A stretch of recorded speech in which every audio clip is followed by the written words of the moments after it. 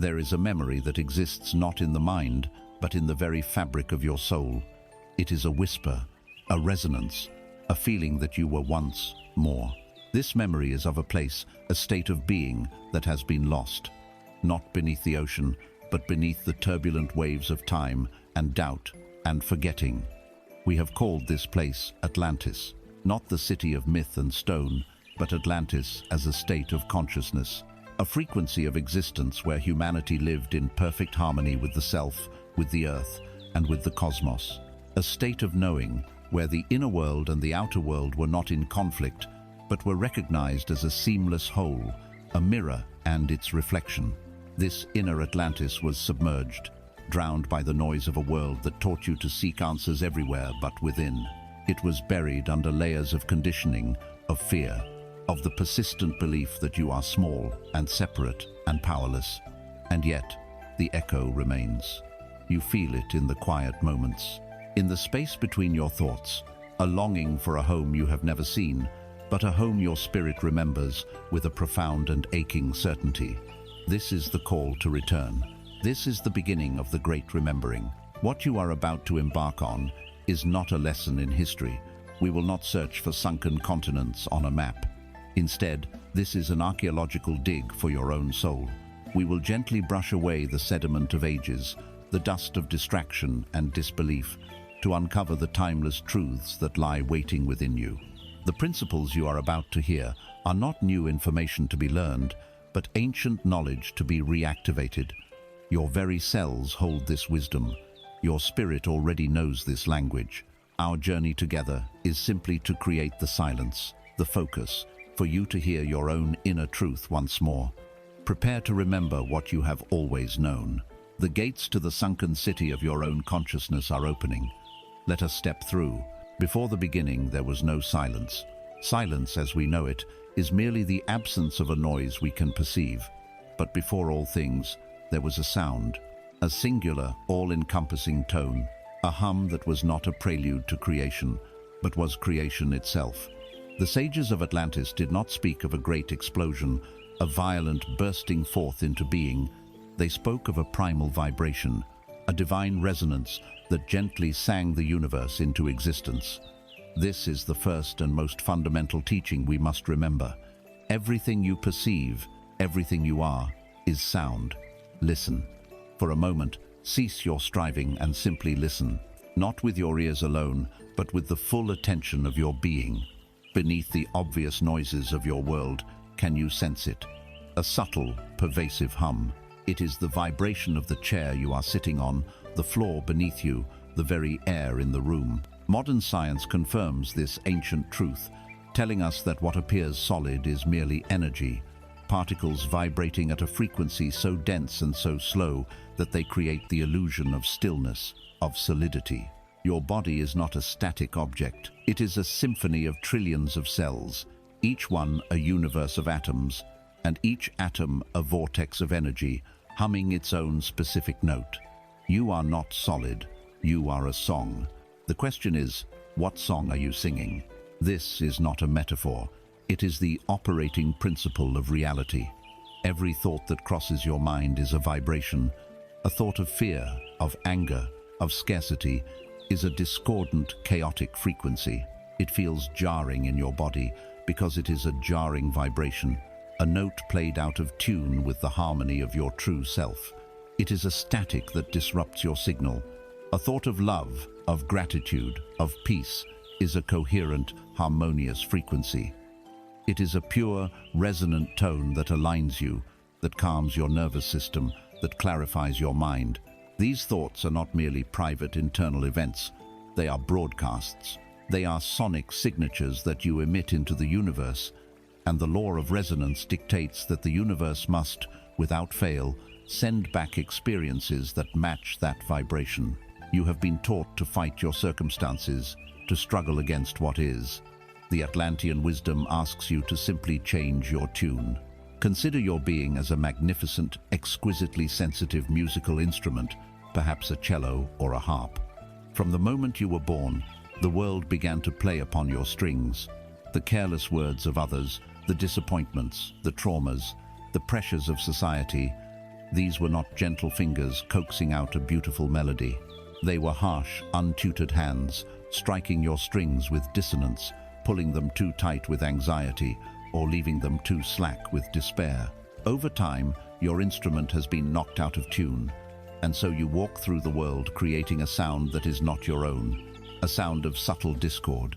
This discord manifests as unease, as chronic anxiety, as a feeling of being disconnected, as physical illness, and as a life that seems to perpetually bring you more of what you do not want. You are broadcasting a frequency of struggle, and so the world, in its perfect, impersonal logic, delivers more struggle to you. It is not a punishment, it is the law of resonance. It is physics. The work of remembering, then, begins with the process of tuning. But how does one tune an instrument that has forgotten its own true sound? You do not do it by force. You do not tighten the strings with willpower until they scream. You do it by listening. You must find a reference note, a pure tone that you can tune yourself against. This pure tone exists in the sanctuary of silence, in the space between your thoughts. It is the primal hum of the universe itself, the sound that existed before the world taught you its dissonant songs. When you meditate, when you walk in nature, when you lose yourself in an act of creation, you are subconsciously listening for this note.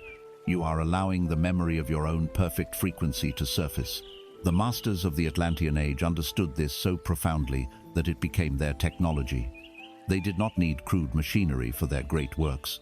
They understood that sound could influence matter, that certain frequencies could levitate massive stones, that specific tones could rearrange the molecular structure of water, that the human voice, tuned to the frequency of pure intention, could heal tissue and mend bone.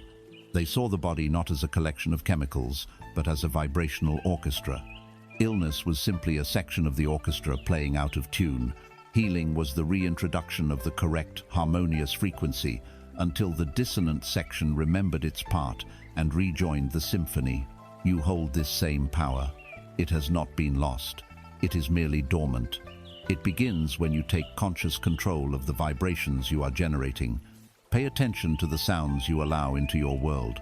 The frantic energy of the news, the angry music, the cynical conversations, these are all vibrational inputs, tuning you to their frequency of chaos.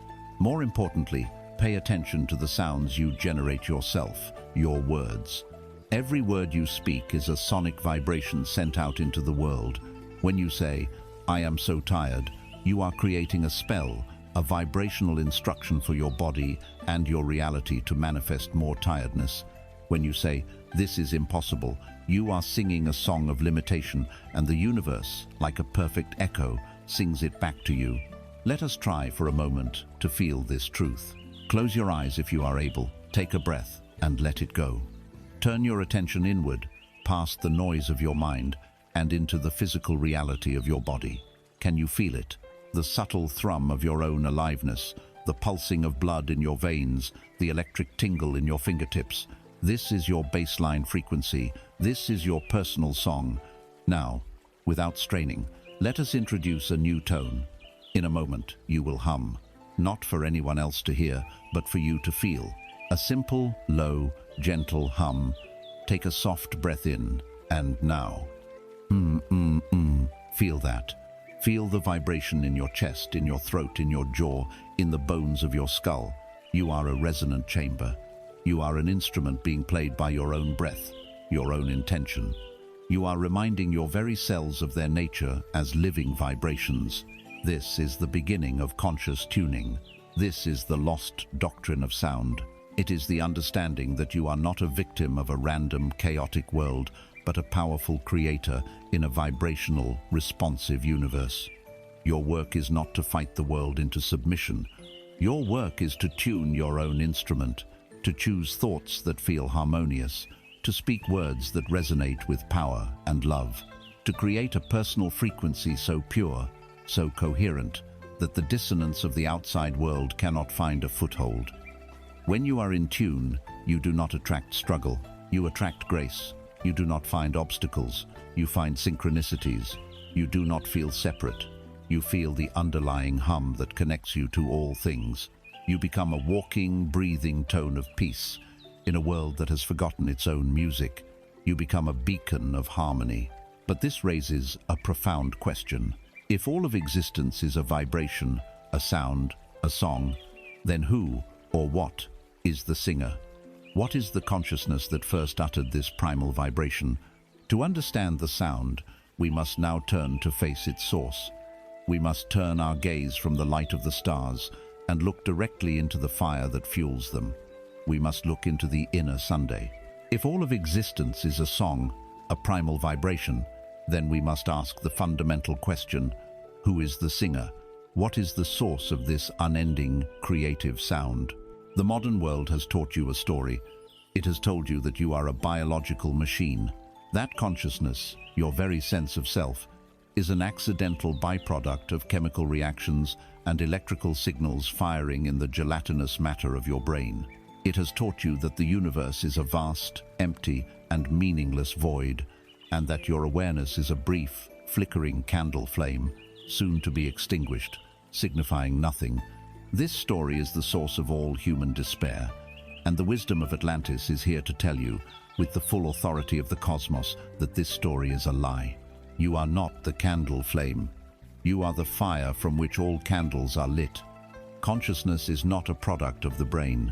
The brain, the body, the earth, the stars, they are all products of consciousness. You are not a drop of awareness in a vast, unfeeling ocean of matter. You are the entire ocean of awareness, temporarily focused into the experience of a single drop.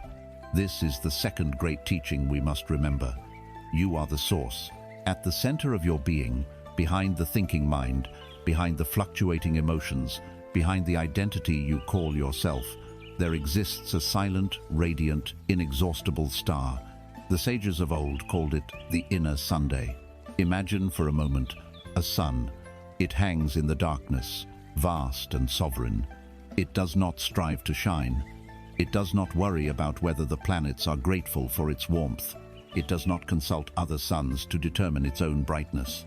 Its shining is not an activity it performs. It is the very essence of its nature. It simply is light. Now, imagine that this sun, through some cosmic amnesia, has forgotten what it is. It believes itself to be a cold, dark, lifeless planet, and so it spends its entire existence desperately orbiting other, brighter bodies, seeking the light and warmth it believes it lacks. It bases its entire worth on how close it can get to those other suns, how much reflected light it can catch on its surface. It suffers from the cold. It lives in constant fear of the darkness. This is the state of the majority of humankind. You are a race of forgotten suns, living as planets. You have been taught to seek your light from external sources, from the approval of your parents, from the validation of your peers, from the acquisition of wealth or status, from the fleeting warmth of a romantic partner's affection. These are your external suns, and so you orbit them, contorting yourself, diminishing yourself, compromising your truth, just to get a little closer to their conditional light. But what happens when that partner leaves? When the money is gone? When the applause fades? The light goes with them, and you are plunged back into the cold and the dark, left to desperately seek another sun to orbit. This is the exhausting, heartbreaking cycle of a life lived from the outside in. This is the planetary consciousness. The journey of awakening, the great remembering of the Atlantean doctrine, is the journey of the planet remembering it is a sun. It is a radical Copernican revolution of the soul. It is the profound and shattering realization that the light you have been desperately seeking your entire life is, and always has been, radiating from the very core of your own being. It is not something you need to acquire. It is not something you need to earn. It is not something that can be given to you or taken away. It is what you are. The moment of this realization is the end of all seeking. The desperate orbit ceases. The striving for external validation dissolves. For the first time, you find your true center, your true gravity. You cease to be a needy planet, and you remember your divine nature as a radiant star. What is this inner Sunday? It is the pure, silent awareness that is reading these words right now. It is the stillness that witnesses your thoughts as they race across the sky of your mind. It is the vast, open space of acceptance in which your emotions, both joyful and painful, are allowed to arise and pass away. It is the part of you that has been present for every single moment of your life, the unchanging witness to your ever-changing story. It has no name, no form, no agenda. It is the I am that existed before you were given a name, the I am that will remain when all labels are stripped away. Its nature is not aggression or ambition. Its nature is peace. Its essence is not judgment. Its essence is a love so unconditional, it simply allows everything to be as it is, bathing it all in the warmth of its impartial light. The people of that high age we call Atlantis built their entire civilization upon this principle. Their society was not driven by lack and competition, because each individual knew themselves to be a source of infinite abundance. They did not suffer from crises of self-worth because their worth was not tied to their function, their productivity, or the opinions of others. Their worth was inherent, absolute, and self-evident, rooted in the shared truth of their divine consciousness. They created art, they built wonders, they explored the mysteries of the cosmos, not to get something, not to prove themselves, but as a joyful, effortless overflow of the boundless energy they knew themselves to be. When you are a sun, shining is your natural state of play. This is why their achievements seem so miraculous to us. They were operating from a completely different paradigm of power. They were not trying to manipulate a world external to them. They knew the world was an expression of them. They worked from the inside out. You can begin to reclaim this power right now. You can start the great journey of remembering.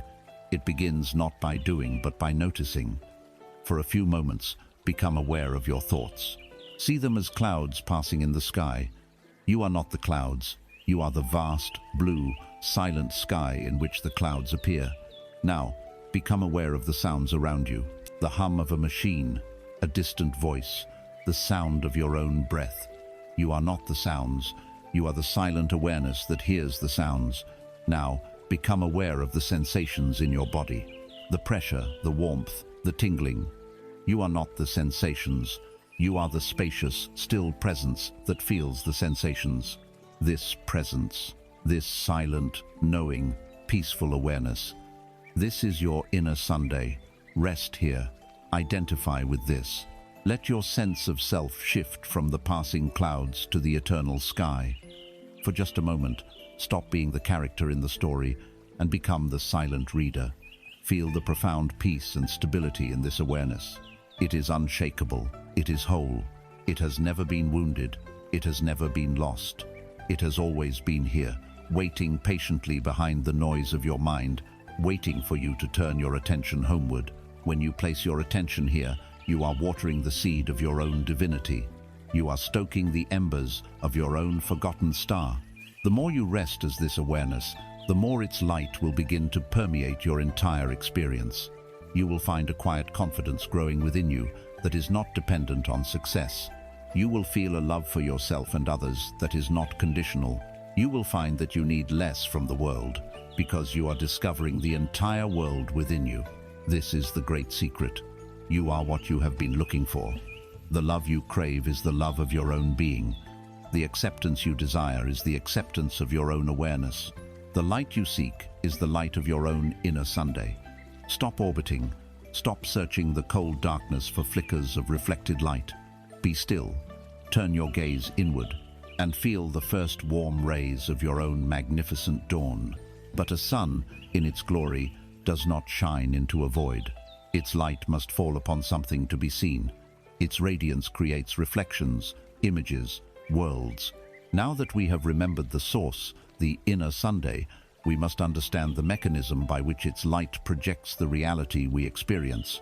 We must now turn our attention to the cosmic screen upon which this light show plays out. We must come to understand the mystery of the crystal mirror. We have remembered the source. We have turned our gaze inward and recognized the silent, eternal, radiant consciousness at our core, the inner Sunday. Its nature is to shine. But for light to be known, it must illuminate something. For a song to be heard, its vibrations must strike a listening ear. The light of your consciousness does not shine into an empty void. It projects itself onto a vast, perfectly faithful screen. And this screen is what you call your life, your reality, the world. This brings us to the third great doctrine, a truth so simple in its statement, yet so profound and challenging in its implications that it can shatter the foundations of your old identity. The doctrine is this: the world is a mirror. What you see is what you are. This is not a poetic sentiment. This is not a pleasant metaphor. It is the fundamental mechanism of creation. Everything and everyone in your external reality is a flawless reflection of something that exists within your own consciousness. The kindness you receive is the mirror of your own capacity for kindness. The betrayals you face are the mirror of the ways you have betrayed yourself. The abundance that flows to you is the mirror of your own inner sense of worthiness, and the scarcity you fear is the mirror of your own deep-seated belief in lack. Your life is not a series of random events happening to you. It is a feedback loop. Your reality is not an objective, separate entity. It is a projection. Circumstance does not create your state of being. Your state of being creates your circumstance. For your entire life, you have been taught to do the opposite. You have been trained to live as a victim of the mirror. Imagine standing before a great crystal-clear looking glass. In the reflection, you notice a smudge of dirt on the cheek of your image. And so you begin to struggle. You spray the mirror with cleaner. You wipe it furiously with a cloth. The smudge remains. You become frustrated, angry. You might yell at the reflection, curse it for being dirty. You might plead with it, begging it to become clean. You may even try to physically shatter the mirror, believing that if you can destroy that flawed image, you will be free. This is the story of human struggle, trying to change the world, trying to change other people, arguing with what is, resisting reality, polishing the mirror while the dirt remains on your own face. The Great Awakening, the Atlantean leap in consciousness, is the moment you stop fighting the reflection and for the very first time, turn your attention inward to the source. It is the liberating, terrifying realization. The smudge is on me. The mirror does not judge. It does not prefer. It cannot lie. Its only function is to reflect perfectly. It reflects not just your conscious desires, for those are often the most shallow part of you. The mirror reflects the sum total of your being. It reflects the deep, silent assumptions you hold about life. It reflects the unresolved grief from your childhood. It reflects the hidden belief that you are not good enough, or the secret arrogance that you are better than others. It reflects the vibration of your secret fears and your quietest hopes.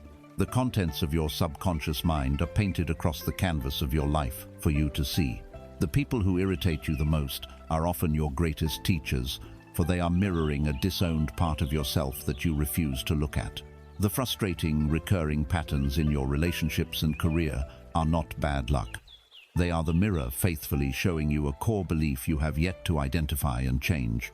This is perhaps the most difficult truth to embrace, because it demands the surrender of all blame. It requires you to take absolute 100% responsibility for every single aspect of your experience. The mind rebels against this. The ego screams in protest. What about the injustices of the world? It cries. What about the person who harmed me? What about illness, poverty, tragedy? Surely I did not create that. And here we must be exquisitely clear. This is not about blame. It is about power. Your ego, your personality, did not consciously want these painful things, but the law is impersonal. The mirror reflects the vibration of your entire being. An unhealed trauma can vibrate at a frequency of victimhood, and the mirror of the world will faithfully provide a scenario in which you can be a victim. An inherited ancestral belief in scarcity can create a vibration of not enough, and the mirror will reflect this as financial struggle, regardless of how hard you work. The Atlantean consciousness did not see this as a curse, but as an infinite grace. They understood that if the cause of their suffering was out there in another person, in the government, in the economy, then they were powerless. They would be forever at the mercy of the external world. But if the cause is in here, in a belief, in an assumption, in a vibration, then they were possessed of ultimate power, because they, and only they, had the power to change their own inner state. This realization is the shift from the consciousness of a slave to the consciousness of a sovereign. It is the end of victimhood. So how do we live this truth? We begin by learning to read the mirror. Look at your life right now. Look at the area that brings you the most pain or frustration. Instead of asking the old question, why is this happening to me? Ask the new, empowered question, what in me is this reflecting? If your boss doesn't respect you, where do you not respect yourself? If your partner is distant, where are you being distant from your own heart? If you are experiencing a lack of resources, where are you holding a belief in your own inner poverty? Do not answer from your logical mind. Ask the question and then be silent. Let the answer surface as a feeling, a memory, a quiet knowing. This is not an exercise in self-criticism. It is an exercise in radical self-awareness. Life ceases to be a battlefield and becomes a classroom. Every person and every situation becomes a sacred messenger, a helpful pointer, showing you exactly where the work needs to be done within yourself. The masters of this principle did not resist or fight their reality. When an undesirable reflection appeared in their mirror, they did not waste energy trying to change it. They would simply acknowledge it, perhaps even with gratitude, saying, "Thank you for showing me what is within myself." Then they would turn away from the mirror and begin the inner work. They would go into silence, into meditation, and find the corresponding belief or feeling within themselves. They would bathe that belief in the light of their awareness. They would change the inner vibration, the inner assumption, and then they would go about their lives, knowing with absolute certainty that as the source has been changed, the reflection must follow. It has no choice. This is divine law. There is often a time lag in the mirror. This is a point of great confusion that causes many to abandon this work. You may do the inner work of cultivating a feeling of abundance, and for a day or a week, your outer reality still reflects lack. This is because the mirror is reflecting old momentum. The light of your new reality is still traveling to the screen. The greatest test of faith is to hold to your new inner state, your new assumption, even when the mirror has not yet caught up. You must trust the inner change more than you trust the outer reflection. You must believe in the feeling of being wealthy, even when your bank account says otherwise. You must feel the feeling of being loved, even when you are alone. You are impressing a new image onto the substance of reality, and it requires a gestation period. The practice is to make the inner world more real than the outer. When the mirror shows you lack, you close your eyes and feel the sensory reality of abundance. What does it feel like? A sense of ease in your chest, a relaxation of your shoulders. You walk through your day as if you are already that which you desire to be. The other crucial element is to starve the old reflection of your energy. Every time you react to the unwanted circumstance with the old feelings of fear, anger, or despair, you are feeding it. You are confirming its reality. You are putting another coat of paint on the old image. To truly change the reflection, you must greet the old, unwanted image with indifference. See it, acknowledge it as the old news it is, and immediately return your attention and your feeling state to the new reality you are cultivating within. You are letting the weeds of the old reality wither from a lack of attention, while you water the seeds of the new one with your faith and feeling. Think of your consciousness as a fertile garden. The deep, subconscious beliefs are the soil. Your dominant thoughts and feelings are the seeds. The circumstances of your life are the plants that grow. For years, you may have unknowingly been planting seeds of doubt, fear, and unworthiness. And now you stand in a garden full of thistles and thorns, wondering why no roses are growing. You can spend your life cursing the thistles, trying to cut them down one by one, only to see them grow back stronger because the seeds are still in the soil. The Atlantean gardener does not focus on the thistles. They turn their attention to the seeds. They calmly and deliberately begin to plant new seeds, seeds of love, of trust, of worthiness. They water these new seeds with their focused attention and feeling. They know that as the roses begin to grow, they will naturally crowd out the thistles, transforming the entire garden from the ground up. This understanding, truly lived, is the key to profound peace. It is the end of resentment. How can you resent another person when you know they are simply a mirror, a messenger, delivering a message from your own soul to you? The bitterness you hold towards those who have wronged you dissolves, replaced by a sober understanding. Your focus shifts from them to the part of you that attracted that experience. It is the end of complaining The end of feeling that life is unfair. The mirror is perfectly fair. It is flawlessly just. It gives you back exactly what you are. Embracing this is the ultimate act of growing up. It is the final acceptance of your own creative power. The implications are immense. Every moment of your life is a statement of who you believe you are. Every scene is a reflection of your inner state. But if every thought, every feeling, every subtle shift in your consciousness is projected onto this mirror of reality, it leads to another question. Where does it all go?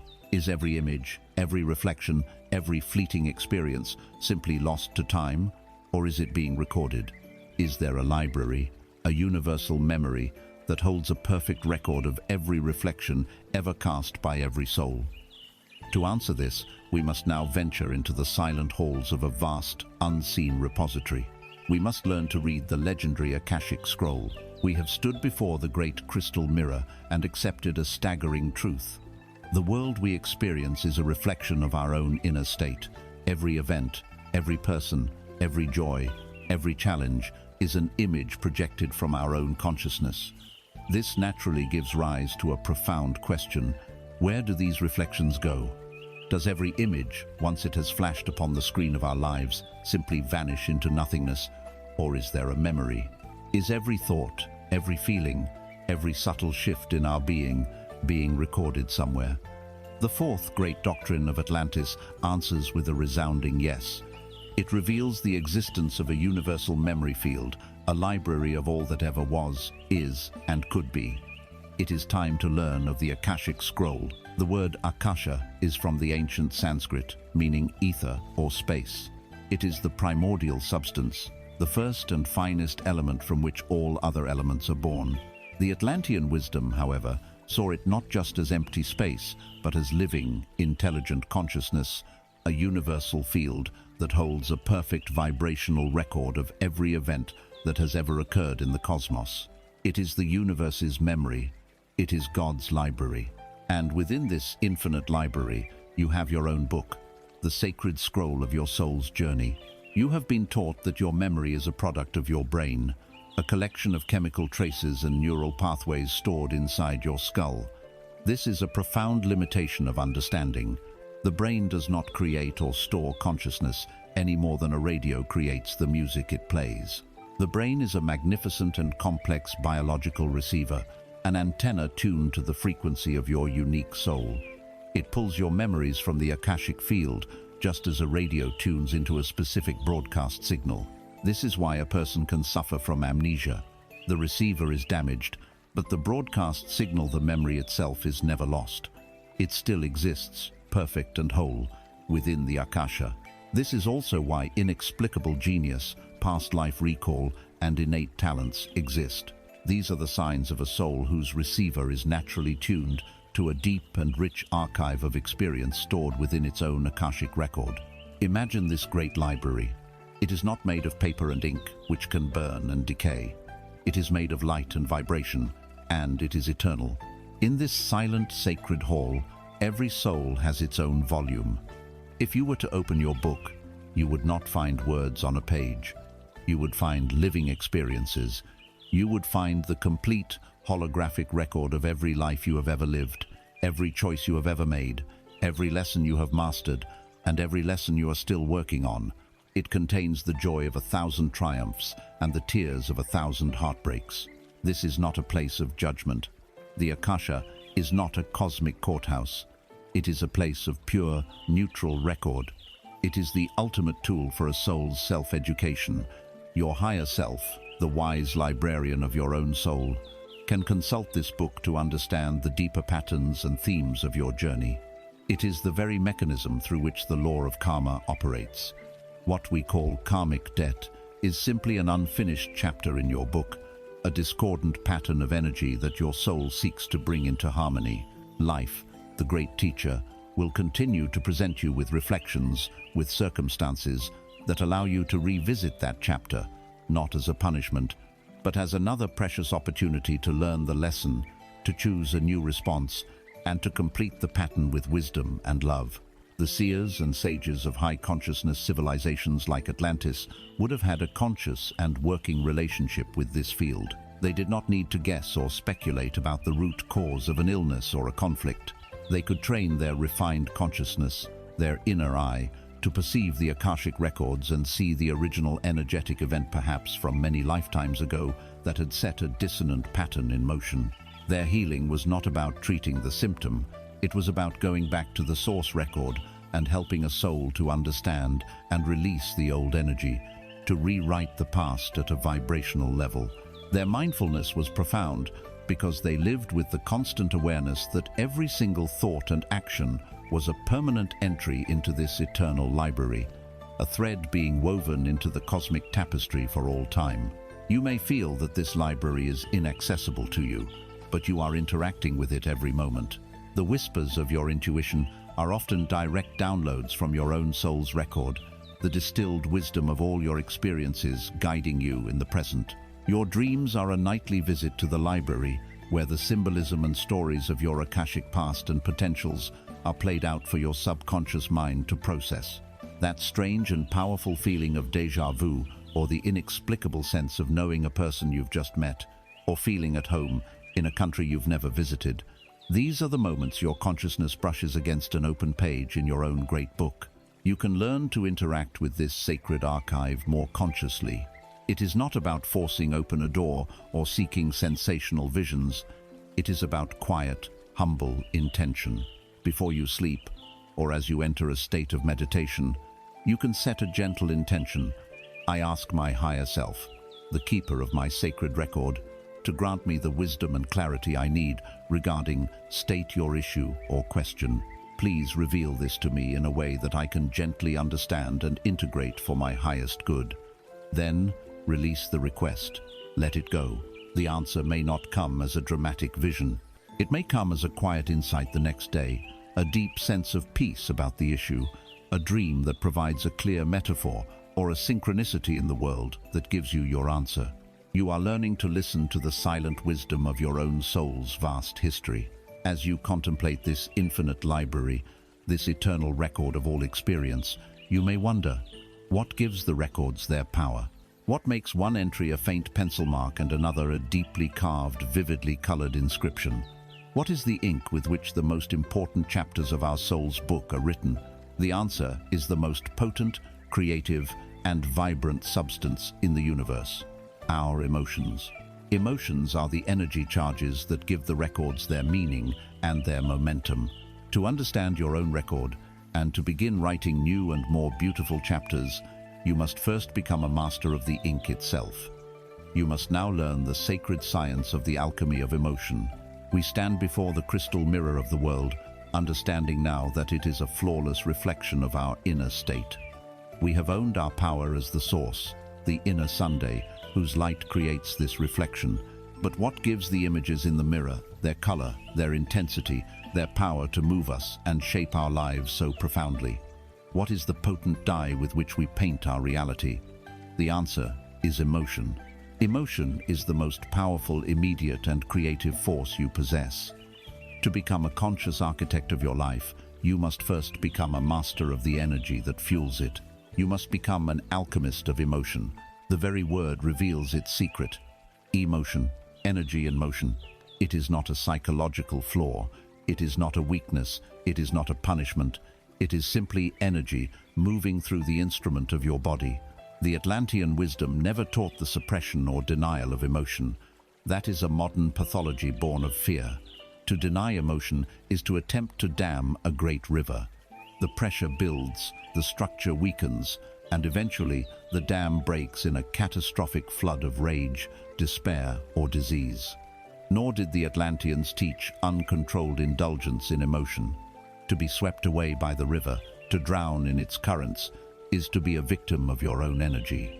The path of mastery is a third way.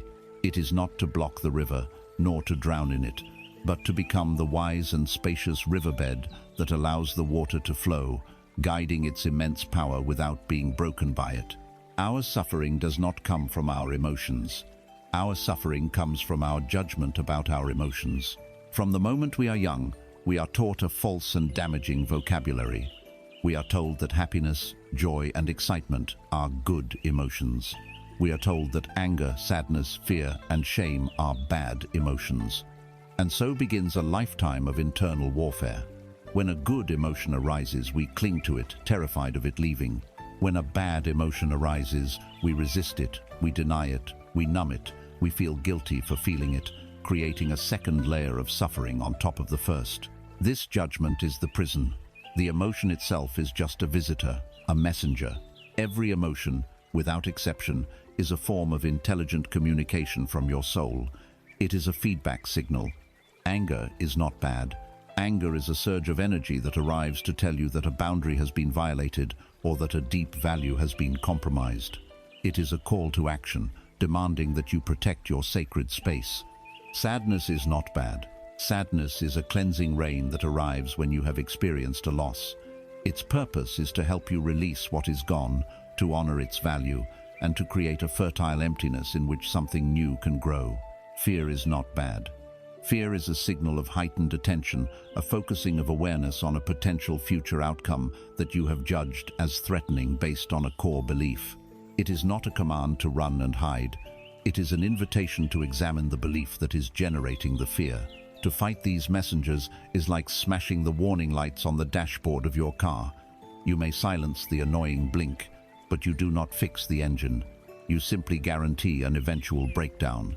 The path of the alchemist is to welcome these messengers, to see your consciousness as a sacred laboratory. Into this lab come the raw, chaotic, and often painful energies of life. These are the base metals of the alchemical process, the lead of grief, the iron of anger, the mercury of fear. The untrained person sees these as worthless, as burdens to be discarded. But the alchemist knows they are precious, they contain immense power. The alchemist's great work is to transmute these base metals into gold. And the legendary philosopher's stone, the one catalyst that can perform this miracle, is your own calm, centered, non-judgmental awareness. It is the light of your inner Sunday, applied consciously. Let us walk through this sacred process. When a strong, difficult emotion arises, the first step is not to react, but to acknowledge. You simply notice it and name it, without judgment. Internally, you can say, "Ah, this is anger," or "I see you, fear." This simple act is revolutionary. You are shifting from being possessed by the emotion to being the observer of the emotion. You create a space of separation, and in that space, your power is reclaimed.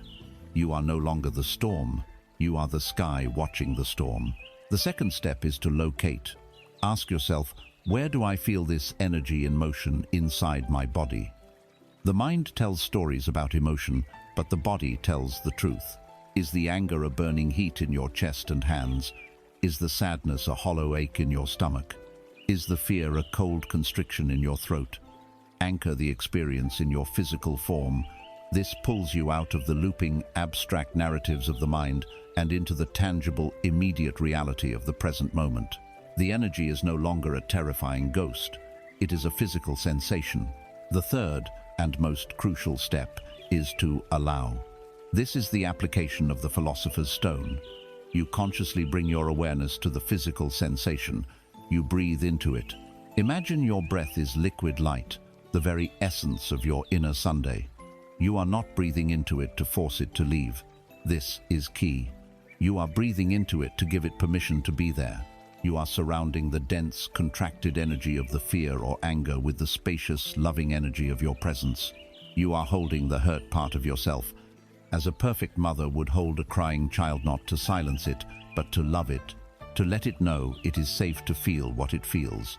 You drop the resistance. You surrender your war against the feeling. When you do this, a miracle occurs. The energy, which was held stagnant and toxic by your resistance, begins to move. It begins to transform. It has been given the two things it needed: attention and acceptance. As you continue to hold it in your loving awareness, the lead of grief begins to soften, its heavy weight transmuting into the golden wisdom of compassion and a deeper appreciation for life. The iron of anger, once a rigid cage, melts and is reforged into the shining steel of clear boundaries and the focused power to create positive change. The volatile mercury of fear stabilizes, its chaotic energy transmuting into the clear insight of prudence, the heightened senses of intuition, and the quiet courage to face the unknown. The energy is not destroyed, it is honored and elevated. This is the great secret of the Atlantean masters. They were not passionless beings. They felt more deeply, more fully than we can imagine, because they had no fear of their feelings. They knew that every wave of emotion was a wave of power they could ride. They used the energy of their own inner world as the fuel for their outer creations. They did not wait for fear to subside before they explored new frontiers of consciousness. They harnessed the very energy of that fear and rode it into discovery. They did not let grief disable them. They allowed it to carve them open, creating a greater capacity to hold the universe's joy. This is your inheritance. You are a natural alchemist. Your heart is the laboratory. Your awareness is the catalyst. Your life's pain is the raw material. Stop running from your feelings. Stop judging them as good or bad. Turn and face them with the calm, steady gaze of your inner Sunday. Welcome them as messengers. Honor them as the raw power of creation. Learn to provide the loving space for them to transform, and you will find that within your deepest wounds lies your greatest strength. Within the lead of your pain is the gold of your divinity. Now that we have learned to purify the very energy we transmit, to transmute our inner chaos into coherent power, we must understand the great and unfailing law that governs how the universe receives and responds to this signal. We have tuned our instrument. We have learned to play it with heart. Now we must study the acoustics of the cosmic concert hall itself. We must explore the immutable principle of the universe's perfect echo, the law of resonance. We have journeyed into the heart of our own creative power. We have stood before the crystal mirror of reality, recognizing it as a reflection of our inner Sunday. We have stepped into the alchemist's laboratory of our own heart, learning to transmute the lead of painful emotion into the gold of empowered feeling. We now hold a purified, coherent energy within us. The signal we are broadcasting is becoming clear. But what is the law that governs this broadcast? How does the universe receive our signal and formulate a response? The answer lies in a principle so fundamental, so interwoven with the fabric of existence, that it operates as invisibly and as unfailingly as gravity. It is a concept you may have heard of, but one whose depths have been largely forgotten. It is the law of resonance. You may know it by another name, the law of attraction. But this popular term, while useful, can be misleading. Attraction suggests that you are here, and the thing you desire is over there, and you must perform some action to pull it towards you across a void. This implies separation. The Atlantean understanding is far more profound. Resonance does not operate on separation, it operates on unity.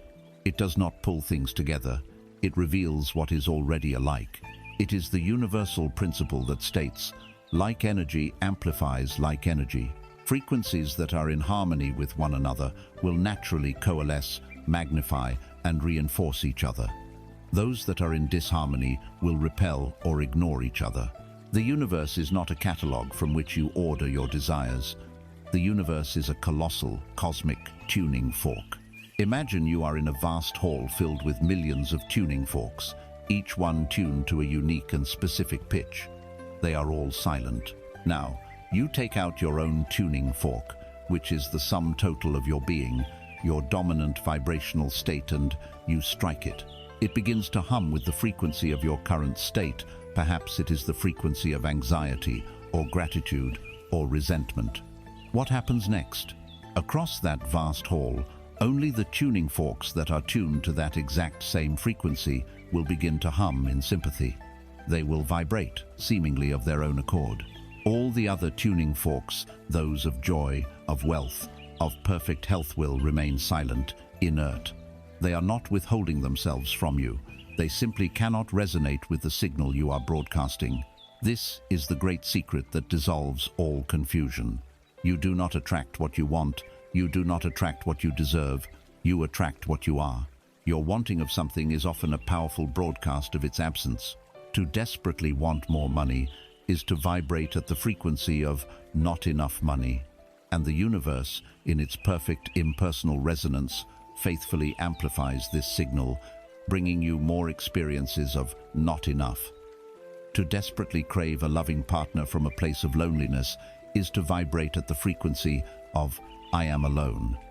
And so, the tuning forks of true, healthy partnership remain silent, while the forks of more loneliness and unavailable partners begin to hum in your presence. The law is perfect. It is our broadcast that is often misaligned. The sages of Atlantis were masters of resonance. Their entire culture was a form of vibrational technology. Their sacred geometry, the architecture of their temples, the intonations of their mantras, the frequencies emitted by their crystals, these were not superstitions. These were precise tools designed to hold and amplify a specific, coherent frequency. They understood that their primary work was not physical labor, but vibrational management. They did not hope for a peaceful society. They cultivated and embodied the frequency of peace so profoundly within themselves that the vibrations of conflict and aggression simply could not find a resonant foothold in their reality. They became living tuning forks for harmony, and their world harmonized around them. So, how do we, in our noisy, dissonant world, begin to consciously practice this law? We must become vibrational realists. The first step is to conduct a fearless inventory of your own dominant frequency. And you do this not by thinking, but by feeling. Ask yourself, right now, what is my ambient emotional state? What is the background music of my mind as I move through my day? Is it a low hum of anxiety, a persistent buzz of irritation, a quiet melody of hope, a deep rhythm of gratitude? Be honest, without judgment. That feeling, that dominant mood, is your true broadcast. That is your point of attraction. The entire world you are experiencing right now is a perfect resonant match to that feeling. Once you have identified your current frequency, the next step is to consciously choose a new one. This is not about pretending or lying to yourself. It is the alchemical work we have already discussed. You must identify the feeling of your desire already fulfilled. What would it feel like to be financially secure? Not the thought, but the feeling. A sense of ease, of freedom, of safety. What would it feel like to be in a loving, supportive relationship? A sense of warmth, of being seen, of belonging. This feeling is the new frequency. It is the tuning fork of your desired reality. Your work is to become so familiar with this new frequency that it becomes more real to you than the dissonant hum of your current circumstances. This is the practice of embodiment. You must begin to live from that new state of being. When you walk, walk as the person who is already secure and loved. When you speak, speak from that place of inner wholeness. This is an internal discipline that is completely independent of the evidence in the crystal mirror of your world. The mirror may still be showing you the reflection of your old frequency. This is the great test. Can you hold the feeling of your new resonance, even when the world shows you evidence to the contrary? Can you feel the warmth of the sun on your skin, even when the sky is cloudy? This is faith, not a blind hope, but a focused knowing that the law of resonance is immutable, and that as you change your broadcast, the reflection must change. A powerful tool to accelerate this process is the practice of gratitude. Gratitude is a vibrational superpower. It is the ultimate shortcut to the frequency of abundance. When you feel genuine gratitude, you are broadcasting the powerful signal of, I have enough, I am blessed. The universe, being a perfect resonant chamber, receives this signal of having and has no choice but to echo it back, bringing you more experiences and circumstances for which to be grateful. You cannot feel truly grateful and feel lack at the same time. The frequencies are incompatible. Start with what you have right now. Gratitude for the air you breathe, for the body that carries you, for a single moment of peace. This tunes you to the frequency of receiving and opens the floodgates for more to flow in. Your life is an echo. The world is your sounding board. What you are sending out is precisely what you are getting back. There are no accidents. There is no luck. There are no coincidences. There is only resonance. The people who come into your life, the opportunities that appear, the challenges that arise, they are all tuning forks that have begun to vibrate in sympathy with your own broadcast. When you fully grasp this, All sense of victimhood evaporates. All blame dissolves. You are left standing in the center of your own universe, holding the tuning fork of your own being, realizing that you have the power to change the entire symphony of your life simply by choosing a new song to sing. But to hold that new song, to maintain that new frequency with clarity and strength amidst the storms of life and the persistence of the old reflection in the mirror, requires more than a passive wish. It requires a specific faculty of consciousness. It requires the ability to direct your life force with unwavering precision. The law of resonance is the principle, but now we must learn to use the primary tool of its application. We must learn to aim our energy. We must learn to wield the focused will. We have uncovered the great cosmic principle of resonance. The law that ensures our life is a perfect echo of our own inner song. We understand that to change the echo, we must change the song. We have learned to purify our inner world, transmuting the dissonant notes of fear and anger into a coherent and harmonious frequency. But a beautiful song, played half-heartedly or without direction, fades into the background noise. To make our inner harmony manifest in the world, to consciously engage with the law of resonance, we require a faculty of the soul that has been deeply misunderstood.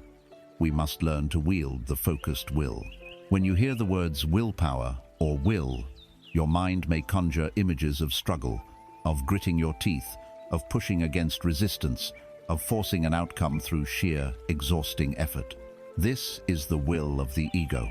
It is the will that creates tension, burnout, and resistance from the universe. It is the will of the man trying to bend the iron bar with his bare hands. The will that the Atlantean sages understood and mastered is an entirely different force. It is not the will of struggle, but the will of stillness. It is not the will of effort, but the will of absolute clarity. It is a laser, not a battering ram. The focused will is the silent, unwavering direction of your consciousness toward a single, chosen reality. It is the soul's unwavering gaze. To understand this power, let us use the ancient metaphor of the archer. Your true self, your inner Sunday, is the archer. The world of infinite potential is your practice field. A master archer does not approach the target with frantic, desperate energy. They do not hope the arrow hits the mark. They approach with a profound calm, a deep presence. Their breath is slow and even. Their mind is empty of all but the task at hand. This is your first lesson. The focused will is born not from a noisy, wanting mind, but from a place of deep inner stillness. You cannot aim true from within a whirlwind of anxiety. The archer then chooses a target. This is not a vague choice. It is singular and precise. The master does not aim at the forest. They aim at a single leaf on a single tree. Likewise, your intention cannot be vague. A desire for happiness is a diffused mist. It has no direction. Your will must be focused into a specific felt reality.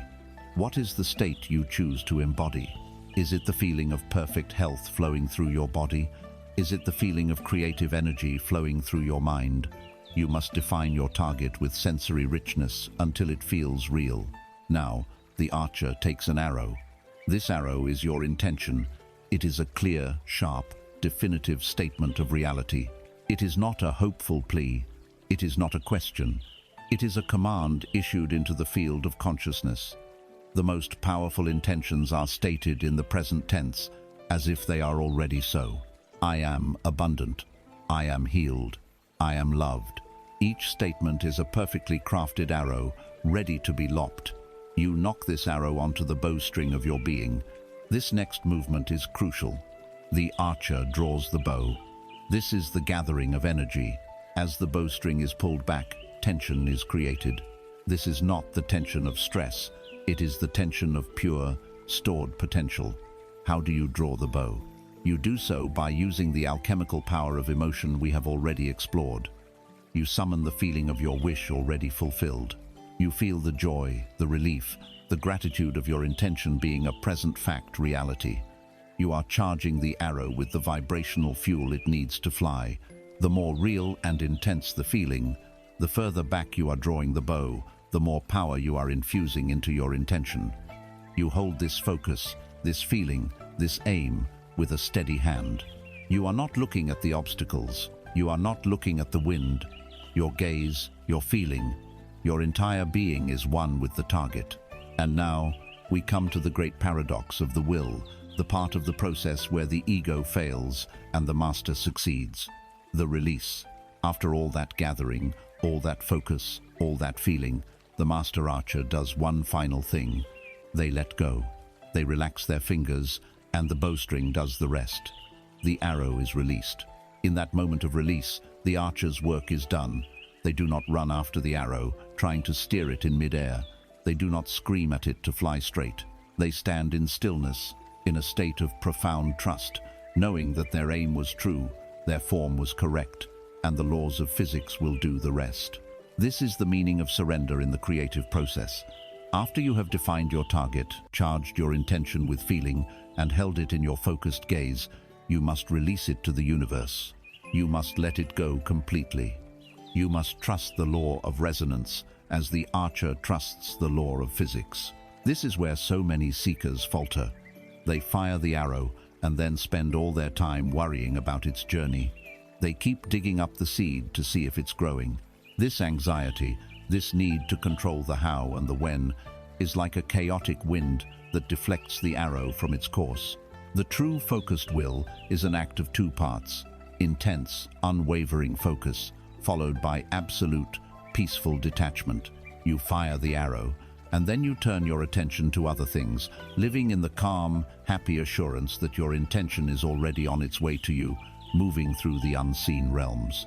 The Atlanteans lived from this place of knowing. Their will was not a tool they used on special occasions. It was the very spine of their consciousness. They understood that an intention born from the ego, from a place of lack, comparison, or fear, carried its own dissonance and would create a chaotic reflection. But an intention born from the soul, from a place of genuine desire for growth, creation, and the expression of love, was in harmony with the universe and would be supported by all of its forces. They learned to distinguish between the needy grasping of the personality and the calm, clear knowing of the true self. Let us practice this now, in its simplest form. Choose one clear, uncomplicated intention for your well-being. Perhaps it is to have a day filled with ease and flow. First, become the archer. Be still. Take a deep, calming breath. Second, see the target. Don't just think about a day of ease. Feel it. Imagine the feeling of your shoulders being relaxed, a gentle smile on your face, a sense of everything working out perfectly. That feeling is your target. Third, nock the arrow. Formulate the simple intention: ease and flow are my reality today. Fourth, draw the bow. Close your eyes and truly feel the feeling of that ease and flow. Let the relief and gratitude for such a wonderful day wash over you now, before it has even happened. Charge the arrow with this golden energy. Hold this feeling for a moment. Fifth, and most importantly, release it. Imagine that feeling, that arrow, flying out from your heart, a beautiful streak of light soaring into the universe. And now, drop it. Let it go. Release your attachment to it completely. Your work is done. The command has been given. Go about your day with the quiet confidence of the master archer, who never doubts the arrow will find its mark. By mastering your will, you are no longer a passive dreamer wishing for a better life. You become a conscious, creative force, a spiritual archer sending clear, potent intentions into the field of possibility. You are taking the clarified energy of your being and giving it a precise direction. But where does this arrow fly? What is the landscape through which it travels to reach its target? To understand this, we must now investigate the very fabric of the creative medium itself. We must explore the mysterious, flowing, and simultaneous nature of the river of time. The arrow of your intention has been released. Charged with the power of your feeling and aimed by your focused will, it soars from the bowstring of the present moment. But where does it fly? Through what medium does it travel to find its mark? It flies through the landscape of what you call time. And it is here, in our misunderstanding of this fundamental dimension, that the greatest hypnosis of the human race has taken root. We must now awaken from this trance, for the Atlantean doctrine holds a key that unlocks the prison of linear time. You have been taught to perceive time as a straight, unalterable line. The past is a concrete road behind you, fixed, finished, and often filled with regret. The future is an unknown path shrouded in mist ahead of you, a source of endless anxiety and speculation. And the present moment, where you live, is imagined as a razor's edge, so fleeting and thin that it holds no real power. This perception is a cage. It makes you a prisoner of your past and a hostage to your future. It is the source of profound suffering. The sages of Atlantis knew a deeper truth. Time is not a line, it is a landscape.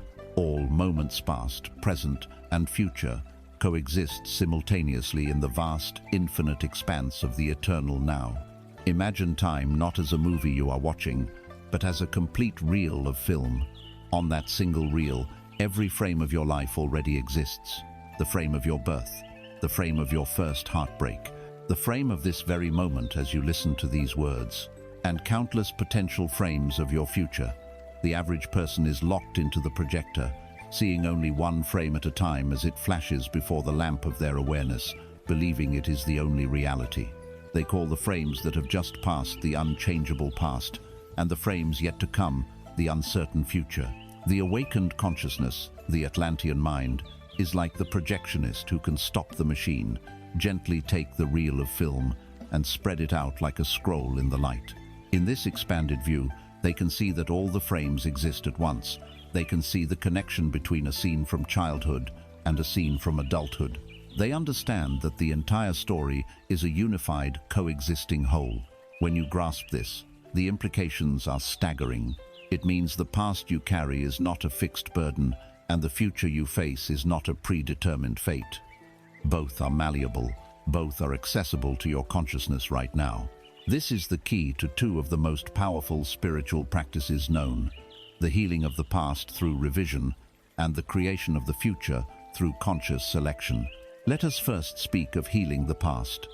You have memories that carry a sting, a charge of shame, anger, or grief. Every time you remember them, you replay the old frame, you feel the old pain, and you reinforce its power over your present vibration. This keeps you tethered to a past that, in truth, is no more real than any other moment. The practice of revision is the art of acting as a divine editor for the film of your own life. It does not mean denying that an event happened. It means changing its energetic meaning and emotional outcome. You can do this by entering a state of stillness and then calling to mind a painful or unpleasant memory. Replay the scene just once as it occurred. Then, stop the film. Now, rewrite it. Reimagine the entire event exactly as you would have wished it to unfold. If there were harsh words, replace them with words of love and understanding. If there was an action of failure, replace it with an action of success and confidence. If there was a moment of loss, infuse the scene with a feeling of peace and acceptance. You are not lying to yourself. You are a creator, replacing a discordant frame with a harmonious one. You then play this new, revised scene over and over in your mind, infusing it with all the sensory richness and feeling you can muster, until it begins to feel more natural and more real than the original memory. What you are doing is changing the past at its vibrational root. You are healing a wound in your own energy field. And because the crystal mirror of your world reflects what is within you, as you heal the past within, you will see its painful echoes in your present life begin to fade and disappear. Now, let us speak of the future. If all potential futures also exist as frames on this great scroll of time, then creating your future is not an act of building something from nothing. It is an act of selection. Your focused will, your arrow of intention, is your tool for selecting the future frame you wish to occupy. And the way you select it is by making it your present reality and feeling. This is the ultimate secret behind living in the end. When you assume the feeling of your wish fulfilled, you are not pretending. You are consciously shifting your awareness from your current frame in the film to your desired future frame. You are choosing to inhabit that future reality with your consciousness now. You feel the joy of the achievement now. You feel the gratitude of the healing now. You feel the peace of the solution now. By doing so, you have moved your spiritual address. You have changed your vibrational location in the timeless landscape. And because your physical body and the world of circumstance must follow the location of your consciousness, they will now begin to move along the path of least resistance to catch up to you. The how, the when, and the who will orchestrate themselves in the most miraculous and natural ways to bring you physically to the place you are already inhabiting spiritually. You are not chasing a future. You are allowing the present to catch up to the future you have already chosen. The Atlantean mind did not see time as a tyrant to be obeyed, but as a plastic medium to be molded.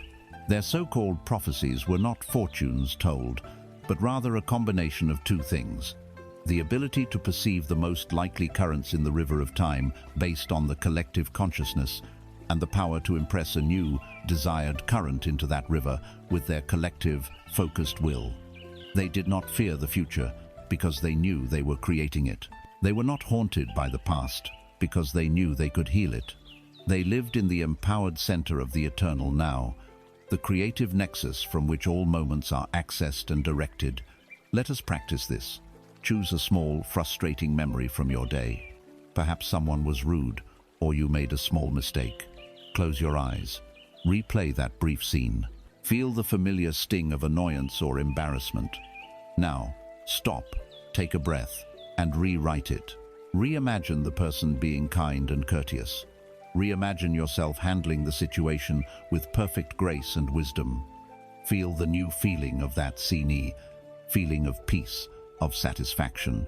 Loop this new little movie in your mind 3 or 4 times. Feel it, smile at it, and then let it go. You have just performed a simple but profound act of spiritual alchemy. You have changed the past. You have altered the film. By understanding time as a simultaneous landscape, you are freed from the chains of regret and anxiety. You become a master of your own timeline. You are no longer simply floating down the river at the mercy of the current. You are the navigator, able to consciously direct your focus upstream to heal what was, or downstream to anchor what will be, all from the sovereign power of the present moment. But if we can move through time like this, changing and creating as we go, what brings order to this process? What weaves the threads of our individual choices into a coherent and meaningful tapestry? What law ensures that our creations are balanced and that we learn the lessons our souls came here to learn? The answer lies in the ancient, often feared, but ultimately benevolent law that governs all cause and effect. To understand the rules of this divine game, we must now investigate the workings of the great loom of karma. Having embraced our power to navigate the landscape of time, to heal the past and choose the future, a question of order arises. If we are free to choose, what prevents reality from descending into chaos? What is the elegant underlying law that weaves our individual choices into a coherent, meaningful, and ultimately purposeful tapestry? The answer lies in a concept that has been cloaked in fear and superstition for millennia, but is, in truth, one of the most benevolent and empowering laws of the universe. We must now step up to the great cosmic loom of karma. Forget everything you have been taught about karma as a system of cosmic punishment. Banish the image of a celestial judge keeping a tally of your rights and wrongs, preparing to dispense rewards or retribution in some distant future. This is a childish interpretation of a profound and impersonal law. The Atlantean wisdom saw karma not as a jailer, but as the universe's most compassionate teacher. It is the law of cause and effect applied to the realm of consciousness. It is a perfect, divine, self-correcting intelligence whose sole purpose is your soul's education and eventual mastery. It is not punitive, it is instructive. It is not a sentence, it is a curriculum. To truly understand, imagine yourself as a weaver. Before you stands a magnificent, infinite loom. This loom is the unchangeable framework of universal law. Your life, your reality, is the tapestry that is being woven upon it. You, the soul, are the weaver. Every thought you think, every word you speak, every action you take, every emotion you entertain, each of these is a thread that you choose and weave into your tapestry. There are no other weavers working on your life. There are no accidental threads. You, and you alone, are the artist and the artisan of your own destiny. Now, look upon the tapestry of your life as it is now. Observe the patterns. See the areas of vibrant color, of joy and connection, woven with shimmering golden threads. See the dense, dark patches of suffering and conflict, tangled with coarse black threads. See the recurring, frustrating patterns that seem to follow you no matter where you go. None of this is random. You have woven it all. This realization is not meant to induce guilt, but to awaken you to your own staggering power. If you have woven the patterns of struggle, it means you also possess the skill and the power to weave patterns of breathtaking beauty. Let us examine the threads themselves. A thought of pure, unconditional love for another is a thread of soft, golden light. When you weave it into your tapestry, it illuminates all the threads around it. An act of unsolicited kindness and service is a silver thread that sings with a high, clear frequency, strengthening the very fabric of your reality. Conversely, a thought of sharp resentment is a sticky, tar-like thread. When you weave it in, it doesn't just create a dark spot. It attracts other dark, sticky threads to it, creating a growing tangle of conflict and bitterness. A word of harsh judgment spoken against another is a brittle gray thread that weakens the integrity of your design, creating holes through which your own life force can leak. The most subtle and important aspect of this weaving is the power of intention. Intention is the dye that gives each thread its true color. Two people can perform the exact same action, yet weave entirely different threads. A person who gives money to charity to be seen and praised by others weaves a hollow, translucent thread. It looks good from a distance, but it has no substance, no light. A person who gives the same amount anonymously, from a genuine feeling of compassion in their heart, weaves a thread of solid gold that radiates warmth and light throughout their entire tapestry for ages to come. The universe does not respond to the performance, it responds to the resonance of the heart. This understanding reframes the concept of karmic debt. It is not a debt you owe to some cosmic authority.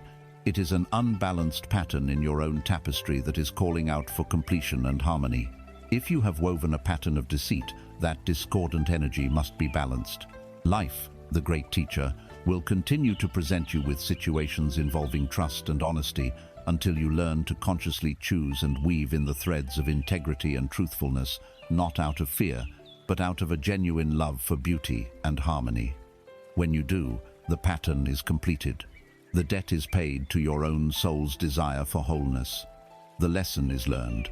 So how does a weaver, who has been unconsciously creating tangled knots for years, begin to create a masterpiece? You do not do it by painstakingly trying to unpick every single knot from your past. This is an endless and frustrating task. You do it by becoming a conscious weaver now. You change the tapestry by changing the threads you choose to use in this present moment. The practice is the weaver's pause. As you move through your day, especially in moments of reaction and emotional charge, learn to pause for the space of a single breath. Before you speak that sharp word, before you indulge in that spiral of fearful thought, before you react with your habitual anger pause, in that sacred pause, you step back from the loom and ask yourself, what thread am I holding in my hand? Is it coarse and dark, or is it soft and golden? What kind of pattern will this thread create in the tapestry of my life? In that one moment of conscious inquiry, you transform from a reactive automaton into a master artist. You reclaim your power. You may still feel the pull of the old, familiar, dark thread, but you realize for the first time that you have a choice. You can put it down. You can, with deliberate intention, reach for a different thread. Instead of anger, you can choose the thread of patience. Instead of fear, the thread of trust. Instead of judgment, the thread of compassion. Every time you consciously choose a thread of a higher vibration, you begin a new and more beautiful pattern. You do not erase the dark spots of the past, but you begin to surround them, to integrate them into a new design of such overwhelming beauty that the old tangles lose their power and simply add character and depth to your masterpiece. The Atlantean masters did not fear karma. They revered it as the sacred law that made conscious creation possible. They were master weavers. They practiced a form of karmic foresight, understanding that the most effective way to live was to consistently use the highest quality threads, knowing that the resulting tapestry would inevitably be one of beauty, strength, and grace. They knew that the fastest way to resolve a dark and tangled past was to live a brilliant and loving present. As you become a more conscious weaver, you will begin to notice that some threads have a truly magical quality. The golden threads of love, the silver threads of selfless service, the radiant threads of generosity and gratitude. These threads seem to possess a power far greater than the others. They not only create beauty where you place them, but they seem to elevate the quality of the entire tapestry, making even the darker sections seem part of a divine and perfect plan. This discovery leads to a natural inquiry. What is it about these particular energies? Why is the act of giving, of offering, so potent in the karmic loom? To answer this, we must now explore the divine economics of the cosmos, the sacred flow, and a fundamental truth about reality. To receive, you must first offer. We must understand the currency of giving. As we become conscious weavers at the loom of karma, we notice a profound mystery. Certain threads, the shining threads of love, the radiant threads of generosity, seem to possess a magical quality. They not only create beauty where they are placed, but they amplify the light of the entire tapestry. This reveals a fundamental principle of the universe's design, a secret of the divine economy that runs contrary to everything our modern world has taught us about wealth, survival, and success. It is the fifth great doctrine we must remember. You must give in order to receive. Abundance is not something you acquire. It is a current you participate in. Look at the world you have been trained to see. It is a world built upon the great and tragic fallacy of scarcity. You have been taught that life is a zero-sum game, that there is a limited supply of money, of love, of opportunity, of happiness. You have been taught that you are separate from this supply and that you must fight and compete and hoard to get your small piece of a limited pie. This belief system is the source of all greed, all jealousy, all conflict. It is the consciousness of the clenched fist. It is the worldview of the orphan who believes they have been cut off from the family fortune and must now survive on their own. This is the deepest, most painful illusion humanity has ever accepted. The Atlantean wisdom offers a liberating truth. The universe is not a finite reservoir. It is an infinite, self-generating ocean of energy. Its very nature is to create, to expand, to overflow. The one law that governs this infinite ocean is the law of circulation. Energy, like water, must flow. If it becomes stagnant, it putrefies and dies. You are not a separate entity fighting for a drink from this ocean. You are the ocean, experiencing itself as a temporary conduit. Your purpose is not to be a container that hoards. Your purpose is to be a channel through which the abundance of the cosmos can flow. To understand this, think of your own body. Think of your lungs. To live, you must participate in a constant rhythmic exchange. You must breathe out to breathe in.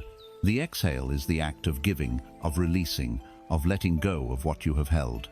The inhale is the act of receiving, of being nourished, of being filled anew. Now, imagine what would happen if you became afraid. If you thought, this is a wonderful breath of air. What if there isn't another one? I must hold on to it. And so you hold your breath. What happens? Your face turns blue. Panic sets in. Your body is poisoned by the very air you are trying to hoard. Your desperate attempt to secure your supply has cut you off from the infinite supply that is freely available all around you. To live, you must trust the exhale. You must give your breath back to the world, confident that the inhale will follow. It always does. The consciousness of scarcity is spiritual suffocation. It is holding your breath in fear. When you are afraid of not having enough money, you stop circulating what you have. You clutch your wallet. You refuse to give. When you are afraid of not being loved, you withhold your own love. You close your heart. You become a clenched fist, and with a clenched fist, you can neither give nor receive. The very posture of your soul, intended to protect you from lack, is what creates the experience of lack. The universe is constantly trying to give you its gifts, but your hands are closed too tightly to accept them. The act of giving is the act of the open hand. It is the spiritual exhale. It is a profound declaration of trust in the abundance of the universe. When you give, even from a place where you feel you have little, you are telling the universe, I trust you. I believe there is more where this came from. I am a participant in your flow, not a victim of scarcity. This act of faith, this vibrational statement, is what primes the cosmic pump. The law of resonance demands that the universe match your signal. You send out the signal of enough to share, and the universe must echo back experiences of more than enough. Perhaps you are thinking, this is easy to say, but I have nothing to give. I am struggling. I have no extra money, no extra energy. This is where you must expand your definition of currency. The universe's currency is not paper money. It is energy and intention. If you have no money to give a genuine compliment. That is a gift of recognition. If you have no energy, give someone 5 minutes of your full, undivided, silent attention. That is a rare and precious gift of presence. Give a smile. Give a word of encouragement. Give forgiveness to someone who does not deserve it. Go through your home and give away something you no longer use, creating a vacuum that the universe will rush to fill. The cosmos does not measure the size of the gift. It measures the resonance of the generosity in your heart. Giving $1 with a feeling of joyful abundance has more creative power than giving $1 million out of a sense of obligation or for public praise. The Atlantean civilization was built not on hoarding, but on flow. An individual's worth was not measured by what they possessed in their storehouses, but by the vitality of the life force that flowed through them to nourish their community. They were celebrated not for being containers, but for being conduits. Their artists created not to sell, but as an overflow of their inner vision. Their healers healed as an overflow of their compassion. Their leaders led as an overflow of their wisdom. They understood that to block this outflow in any area of their life would be to dam the river, causing stagnation and decay in their own soul. They practiced what we might call tithing, but not as a fearful obligation. It was a joyful and scientific practice of ensuring the constant circulation of energy, guaranteeing that the river of abundance would always flow fresh and strong for the benefit of all. You can begin this practice today. You can prime the pump of your own abundance right now. Find one small, concrete way to give with no thought of return. Buy a cup of coffee for the person behind you in line. Leave a book you enjoyed on a park bench for someone else to find. Spend 10 minutes picking up trash in your neighborhood. As you perform this action, focus on the feeling. Feel the release. Feel the quiet joy of being a source, however small. Feel the trust in the flow. This small act sends a powerful ripple through the loom of karma, a beautiful, shining thread that declares your faith in the divine economy of the universe. You are shifting your identity from one who needs to one who is a source. When you live from this understanding, your entire relationship with life changes. You no longer see the world as a withholding entity from which you must extract your good. You see it as a generous partner in a constant, loving dance of giving and receiving. You give freely of your talents, your love, your resources, knowing that in doing so, you are simply completing your part of the divine breath. And the nourishing in breath is not just a possibility, but a certainty. You become a center of circulation, a vortex of flow, and abundance in all its forms becomes your natural state. As you begin to live in this sacred flow, as you open your hands to give and receive, you start to feel something else. You feel the connection between yourself and the person you are giving to. You sense that the joy you create in another is not separate from your own joy. You begin to perceive that the energy flowing from you and the energy flowing to you are part of one single vast circulatory system. This dawning awareness of interconnectedness is the next great step in our journey. We are beginning to feel the strands of a vast, invisible network that links all of life together. We are ready to awaken to the reality of the empathic web. As you learn to live in the divine economy of the universe, participating in the sacred rhythm of giving and receiving, something remarkable begins to happen. The rigid boundaries of the self begin to soften. In the joy you create for another, you feel your own joy magnified. In the compassion you receive, you sense the healing of a collective wound. You are beginning to perceive the shimmering strands of a reality that has been hidden from you by the illusion of your own skin. You are awakening to the sixth great doctrine of the Atlantean consciousness. You are not separate. You are a node in a vast and sacred empathic web that connects all life, everywhere. For your entire life, you have been conditioned to believe in the great lie of separation. You have been taught that you are an isolated ego, a fragile consciousness locked inside a capsule of flesh and bone. You look out at the world through two small windows, seeing billions of other separate capsules, each pursuing its own agenda. This belief is the original wound. It is the source of all loneliness, the seed of all conflict, the root of the gnawing fear that you are alone and must fend for yourself in a hostile or indifferent universe. But this feeling of isolation, as real as it may seem, is a hallucination. It is a trick of the senses, a limitation of a consciousness that has forgotten its own true nature. To understand the truth, imagine you are standing in a vast, ancient forest. You see countless individual trees, a pine here, an oak there, a birch further on. Each appears to be a separate entity, competing for sunlight and soil. This is the perspective of the ego. Now, I want you to shift your awareness. Go beneath the surface. Go down into the rich, dark earth. Here, a second, secret forest reveals itself. It is a luminous, intricate network of fungal threads, a mycelial web that connects the root of every single tree to the root of every other tree.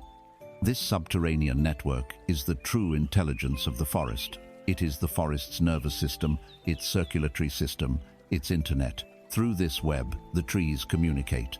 They share resources. A giant, sun-drenched mother tree will send surplus sugars down through the network to nourish a struggling sapling in its shade. A tree under attack by pests will release a chemical warning signal that travels through the web, alerting its neighbors to raise their own defenses. It is a perfect, unified system. The life of one is inextricably linked to the life of all. There is no true separation. Now, hear this truth in the core of your being. Humanity is this forest. Your conscious personality is the tree that stands in the sun, believing it is alone. But your soul, your deeper self, is rooted in the same single empathic web that connects all of us. You are not just the tree, you are the entire forest. This web is not a metaphor, it is a tangible, energetic reality. What you call empathy is not simply a psychological capacity to imagine another's feelings. It is the psychic perception of this literal connection. It is feeling the vibrations of the web. When you walk into a room where an argument has just occurred, the thick atmosphere you feel is the dissonant vibration lingering in the local field of the web. When you are near a person who is calm and at peace, their harmonious vibration is transmitted through the web, and it gently soothes your own. You are constantly broadcasting your own state into this web, and you are constantly receiving the signals of others. This understanding completely transforms the meaning of your actions. When you intentionally cause harm to another through a word, a thought, or a deed, you are not just attacking a separate entity.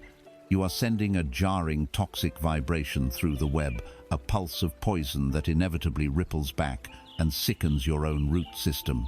It is not a cosmic punishment. It is the simple, organic physics of a connected system. It is the left hand trying to wound the right, forgetting they belong to the same body. Conversely, and most beautifully, when you act to help, heal, or uplift another, you are sending a coherent, harmonious, life-giving vibration out into the web. This resonance strengthens not only the recipient, but every node in the network, including yourself. Your act of kindness to a stranger literally contributes to the healing of the entire human organism. The joy you create in another is not their joy alone. It becomes part of the collective emotional atmosphere, available to all. This is the ultimate win-win scenario. There is no such thing as a truly selfless good deed because the self is the entire web. The civilization of Atlantis was founded on this felt reality. Their society was not held together by the threat of punishment from external laws, but by the internal, self-evident truth of interconnectedness. To harm another would have been an act of profound insanity, a self-mutilation. Their communication was likely far more nuanced than our own, incorporating a degree of telepathy and direct feeling transmission that is a natural consequence of living in conscious contact with the web. Their sense of identity was not me, but we. The health of the collective was understood to be indistinguishable from the health of the individual. They knew that a sick tree threatens the entire forest. You can learn to consciously perceive and interact with this web. It begins with shifting your intention when you look at the world. The next time you are in a public place, try this simple practice. For a few moments, stop seeing separate people. Look past the masks of the ego clothes, the hairstyles, the expressions of worry or hurry.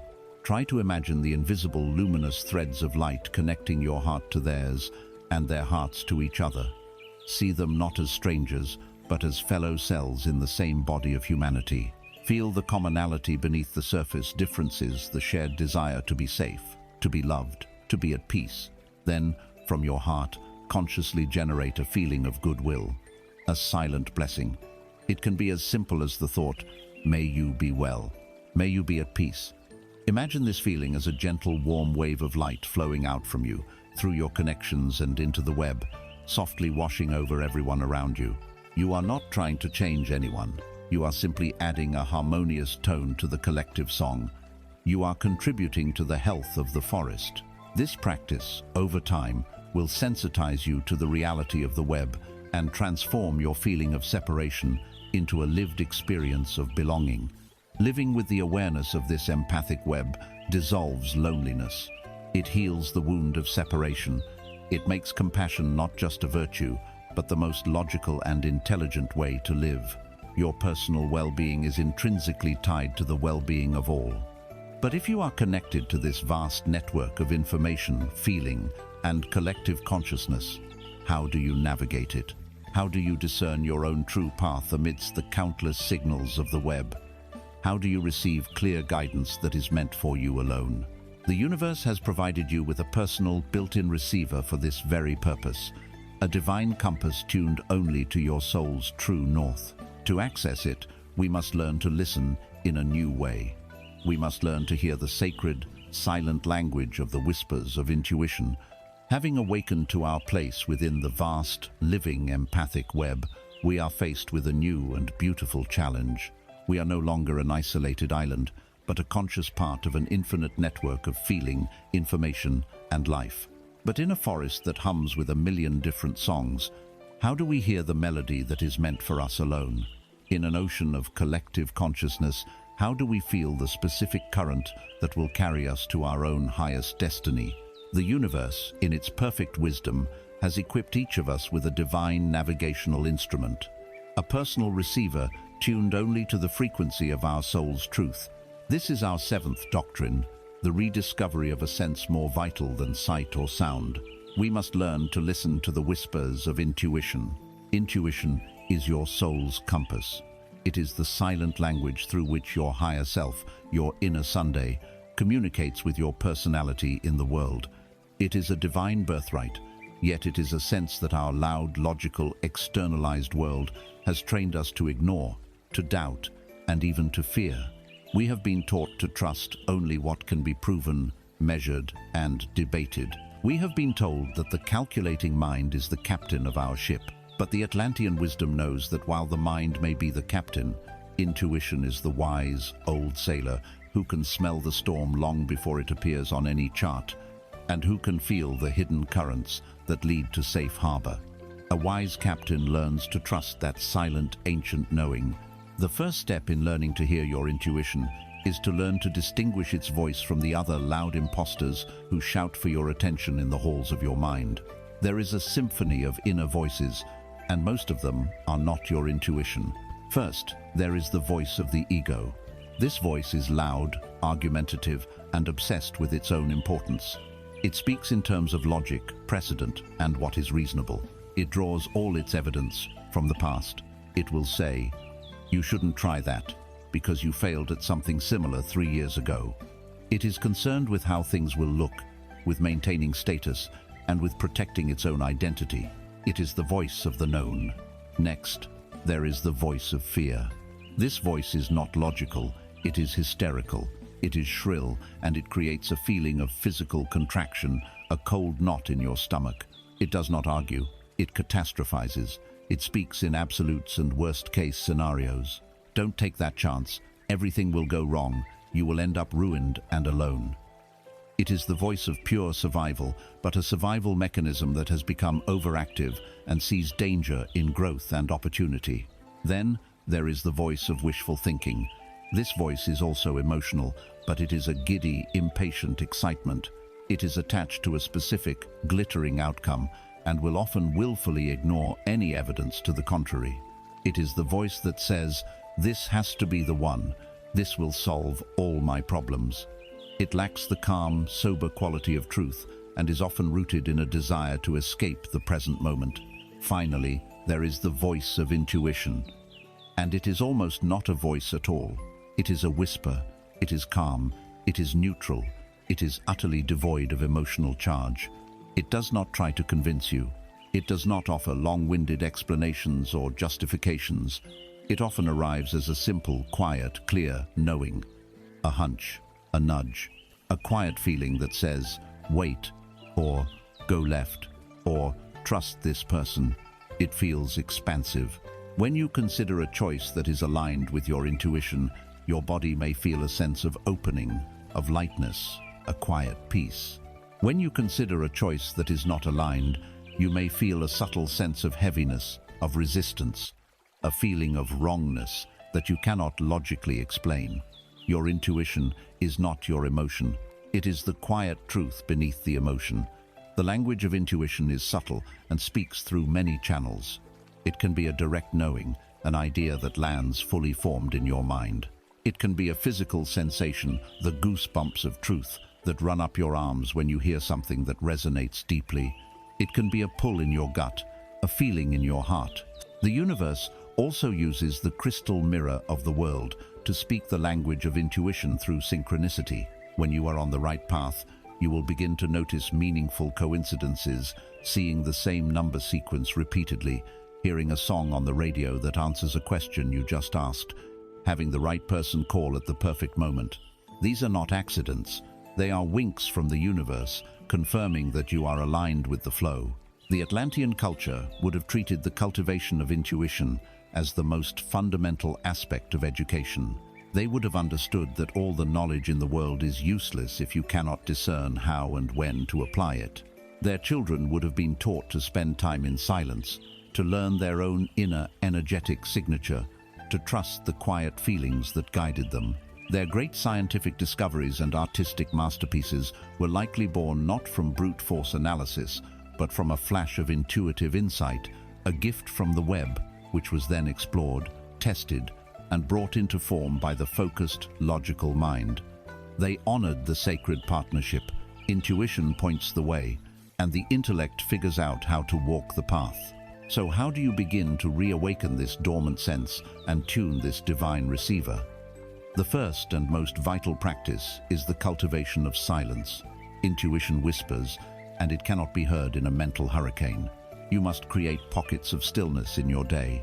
This can be through meditation, a quiet walk in nature without your phone, or simply sitting in a chair for 5 minutes and doing nothing.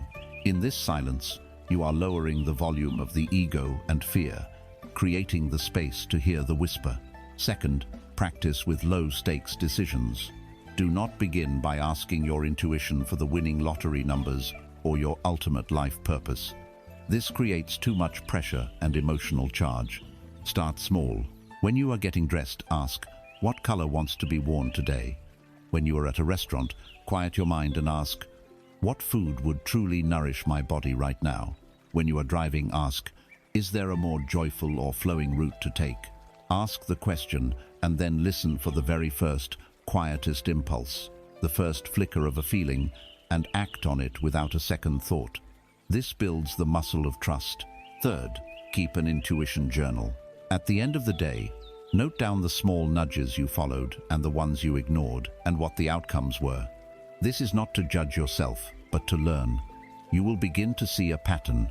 You will learn your body's unique language for a yes and a no. This tangible evidence will give your logical mind the proof it needs to begin to trust this other, deeper way of knowing. As you follow the compass of your intuition, you will find your life begins to take on a new quality of flow and grace. You will find yourself in the right place at the right time more and more often. You will feel guided, protected, and aligned with a purpose that feels authentic and true. But be aware, the path of intuition will often lead you away from the safe and the familiar. It will ask you to shed the skins of your old self. It will guide you to let go of jobs, relationships, beliefs, and identities that are no longer in resonance with your soul's journey. It will lead you, inevitably and lovingly, to a threshold of profound change, a place that the ego perceives as a terrifying end. To truly follow our inner guidance, we must learn to face this threshold with courage and wisdom. We must come to understand the sacred and necessary process of the gateway of dissolution. As you learn to follow the quiet, unerring compass of your intuition, you will notice it leads you down paths your logical mind would never choose. It will guide you toward the edge of your comfort zone, to the very precipice of the life you have known. It will whisper for you to leave the job that is secure but soul-crushing. It will nudge you to step away from the relationship that is familiar but stifling. It will ask you to release beliefs that once defined you but now constrain you. Your intuition, in its infinite love and wisdom, will inevitably guide you to a sacred and terrifying threshold. It will lead you to the eighth great doctrine, the one that governs all true growth, the gateway of dissolution. In our world, we have been taught to fear all endings. We equate them with failure, with loss, with the ultimate tragedy of death. The ego, that part of our consciousness which identifies with form, is terrified of dissolution. It clings desperately to its labels, its possessions, its relationships, its story, because it believes that when these forms dissolve, it too will cease to exist. This fear of endings is the chain that keeps you tethered to a past that no longer serves you. It is the reason you stay in the caterpillar phase long after your soul has begun sprouting wings. But the sages of Atlantis understood a profound truth. No energy is ever lost. It is only ever transformed. Death, in all its forms, is not an endpoint. It is a doorway. It is the holy, necessary, and beautiful process of transformation. To understand this, let us consider the journey of the caterpillar. It lives a simple, successful life. It knows its world. It crawls. It eats the leaf. It survives. This is the life of the stable ego, the personality moving through its known reality. But then, one day, a strange and powerful call comes from within, an intuitive urge it cannot explain. It is the call to stop crawling, to stop eating, to find a quiet branch, and to let go of everything it has ever known. To the other caterpillars, this looks like madness. It looks like death. And in a way, they are right. The caterpillar is surrendering itself to a process that will utterly annihilate its current form. It enters the chrysalis. This is the gateway of dissolution. Inside this dark, silent chamber, a radical alchemy occurs. The caterpillar's body does not simply grow wings. It completely dissolves. It turns into a nutrient-rich primordial soup. Its entire structure as a caterpillar ceases to exist. Imagine the consciousness of the caterpillar in this state. It is a state of complete unknowing, of total surrender, a dark night of the soul where everything that once defined it has melted away. There is no longer a head, no longer prolegs, no longer the familiar leaf. There is only the void, the potential, the pregnant darkness. This is the state we fear most. It is the feeling of breakdown, of depression, of losing our minds, of our lives falling apart. But the Atlantean wisdom would not call this a breakdown. It would call it a dissolving. It is the sacred melting required for a miracle, because hidden within that primordial soup are what biologists call imaginal cells. These are the seeds of the butterfly, the blueprint of a higher order being, which were dormant within the caterpillar all along. In the darkness of the chrysalis, once the old structure is gone, these imaginal cells begin to organize. They draw from the nutrient soup of the dissolved caterpillar and begin to weave a new and glorious form. And then, one day, the chrysalis cracks open, and what emerges is not a repaired caterpillar. It is a being of an entirely new dimension, a butterfly. It now has capacities that were utterly unimaginable to its former self. It can fly. It can drink nectar from flowers. It sees the world from a perspective of freedom and beauty that the earthbound caterpillar could never have conceived. This is the promise of every ending in your life. The relationship that ends is not a failure. It is the chrysalis in which two souls dissolve a shared identity so they can be reborn as new individuals, ready for new forms of love. The career that collapses is not a tragedy. It is the chrysalis that dissolves a limiting professional label, freeing the imaginal cells of your true purpose to form a new and more authentic way of being in the world. The dark night of the soul, the period of depression and despair, is not a sickness. It is the sacred chrysalis, the holy void where the ego you thought you were is dissolving, so that the magnificent being you truly are has the space to be born. You cannot have the resurrection without the crucifixion. You cannot have the butterfly without the goo. You cannot step into a new and more expanded reality while clinging to the forms of your old life. Growth is not an addition, it is a shedding. The Atlantean masters did not just understand this, they revered it. They celebrated the cycles of death and rebirth in nature and in their own lives.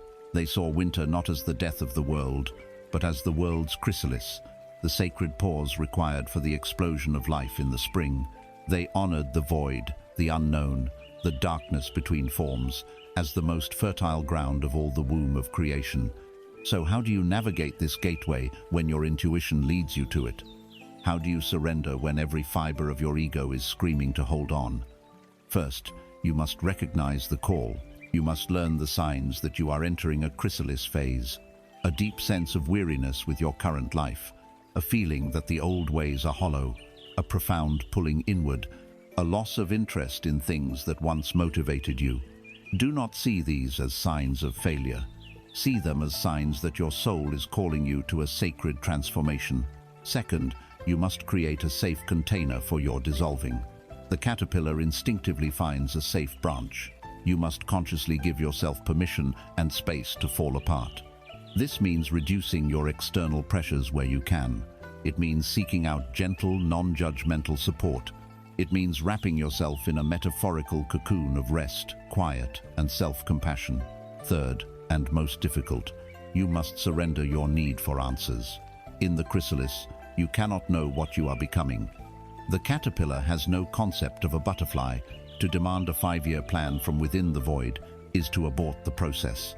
Your only task is to be with the I don't know, to trust, to let go of the oars and allow the current to carry you, to have faith that the imaginal cells of your higher self are at work, weaving your wings even when all you can feel is the dissolving.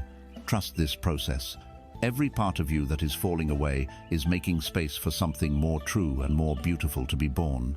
The pain you feel is not the pain of dying, but the growing pains of a new life emerging. You are the caterpillar, you are the chrysalis, and you are the butterfly. It is all you. You are the eternal consciousness that presides over its own magnificent, endless transformations. And when the dissolving is complete, when the chrysalis cracks open and you emerge, blinking, into a new light, you are not the same being. The world may look the same, but you are different. You have new capacities, a new perspective, new wings. The slate has been wiped clean, and from this place of newfound freedom and expanded potential, you are now faced with a joyful new task. You are no longer just a creation. You are now called to become a conscious co-creator in your new reality. You must learn how to use your new wings. You must learn to be the architect of your circumstance. You have walked through the sacred fire of the gateway of dissolution. You have surrendered the caterpillar's form and awakened in the silent wonder of the chrysalis. Now, the transformation is complete. You emerge, not as a repaired version of your old self, but as an entirely new being, blinking in the light of a new dawn. The ground upon which you stand has been cleared. The dilapidated structures of your past, the limiting jobs, the painful relationships, the suffocating identities have been lovingly demolished and returned to fertile soil. You stand now on a clean slate, under an open sky, breathing the air of pure potential. And the universe asks you a single thrilling question: what will you build now? This is the 9th great doctrine, the shift that turns the spiritual journey from a path of healing into a path of art. You are no longer merely a subject of your life story. You are its author. You are no longer a victim of circumstance. You are the architect of your circumstance. This is the moment you consciously pick up the tools you have been gathering throughout this journey and begin to intentionally design and build the reality your soul desires. The victim looks at their life and asks, "Why did this happen to me?" The architect looks at the very same life and asks, "What inner blueprint created this structure, and what blueprint will I draw now?" This one shift in perspective is the shift from powerlessness to sovereignty. Think of yourself as a master architect standing on a pristine plot of land. This land is the infinite potential of the present moment. It is fertile, responsive, and ready for your creation. As the architect, your first task is not to start digging wildly, but to create a blueprint. This is your clear, focused vision. It is born of your intuition and shaped by your focused will. It is not a vague wish for a nice house. It is a detailed, sensory plan. What does this new life you are building feel like? What does peace feel like in your body? What does purpose feel like in your heart? What does vibrant health feel like in your cells?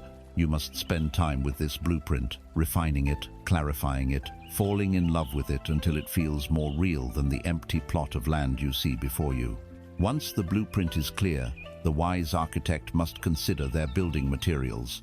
You would not build a temple out of rotting wood and crumbling stone. Yet, this is what we do when we try to build a beautiful life upon a foundation of toxic beliefs. Your beliefs, your core assumptions about yourself and the world, are your primary materials. Examine them. Are you trying to build a mansion of abundance with the materials of "I am not worthy"? Are you trying to construct a sanctuary of love with the bricks of "I am not lovable"? It cannot be done. The structure will collapse. To be a conscious architect, you must consciously choose your materials. You must discard the rotten wood of self-criticism and fear. You must intentionally select and cultivate the granite of self-worth, the marble of trust, and the sturdy timber of your own innate divinity. With a clear blueprint and high-quality materials, you must now lay the foundation. And here lies a secret that defies conventional wisdom. The foundation of your new reality is not laid with action in the external world. It is laid with feeling and being in your internal world. You must build your house within you before it can ever manifest without.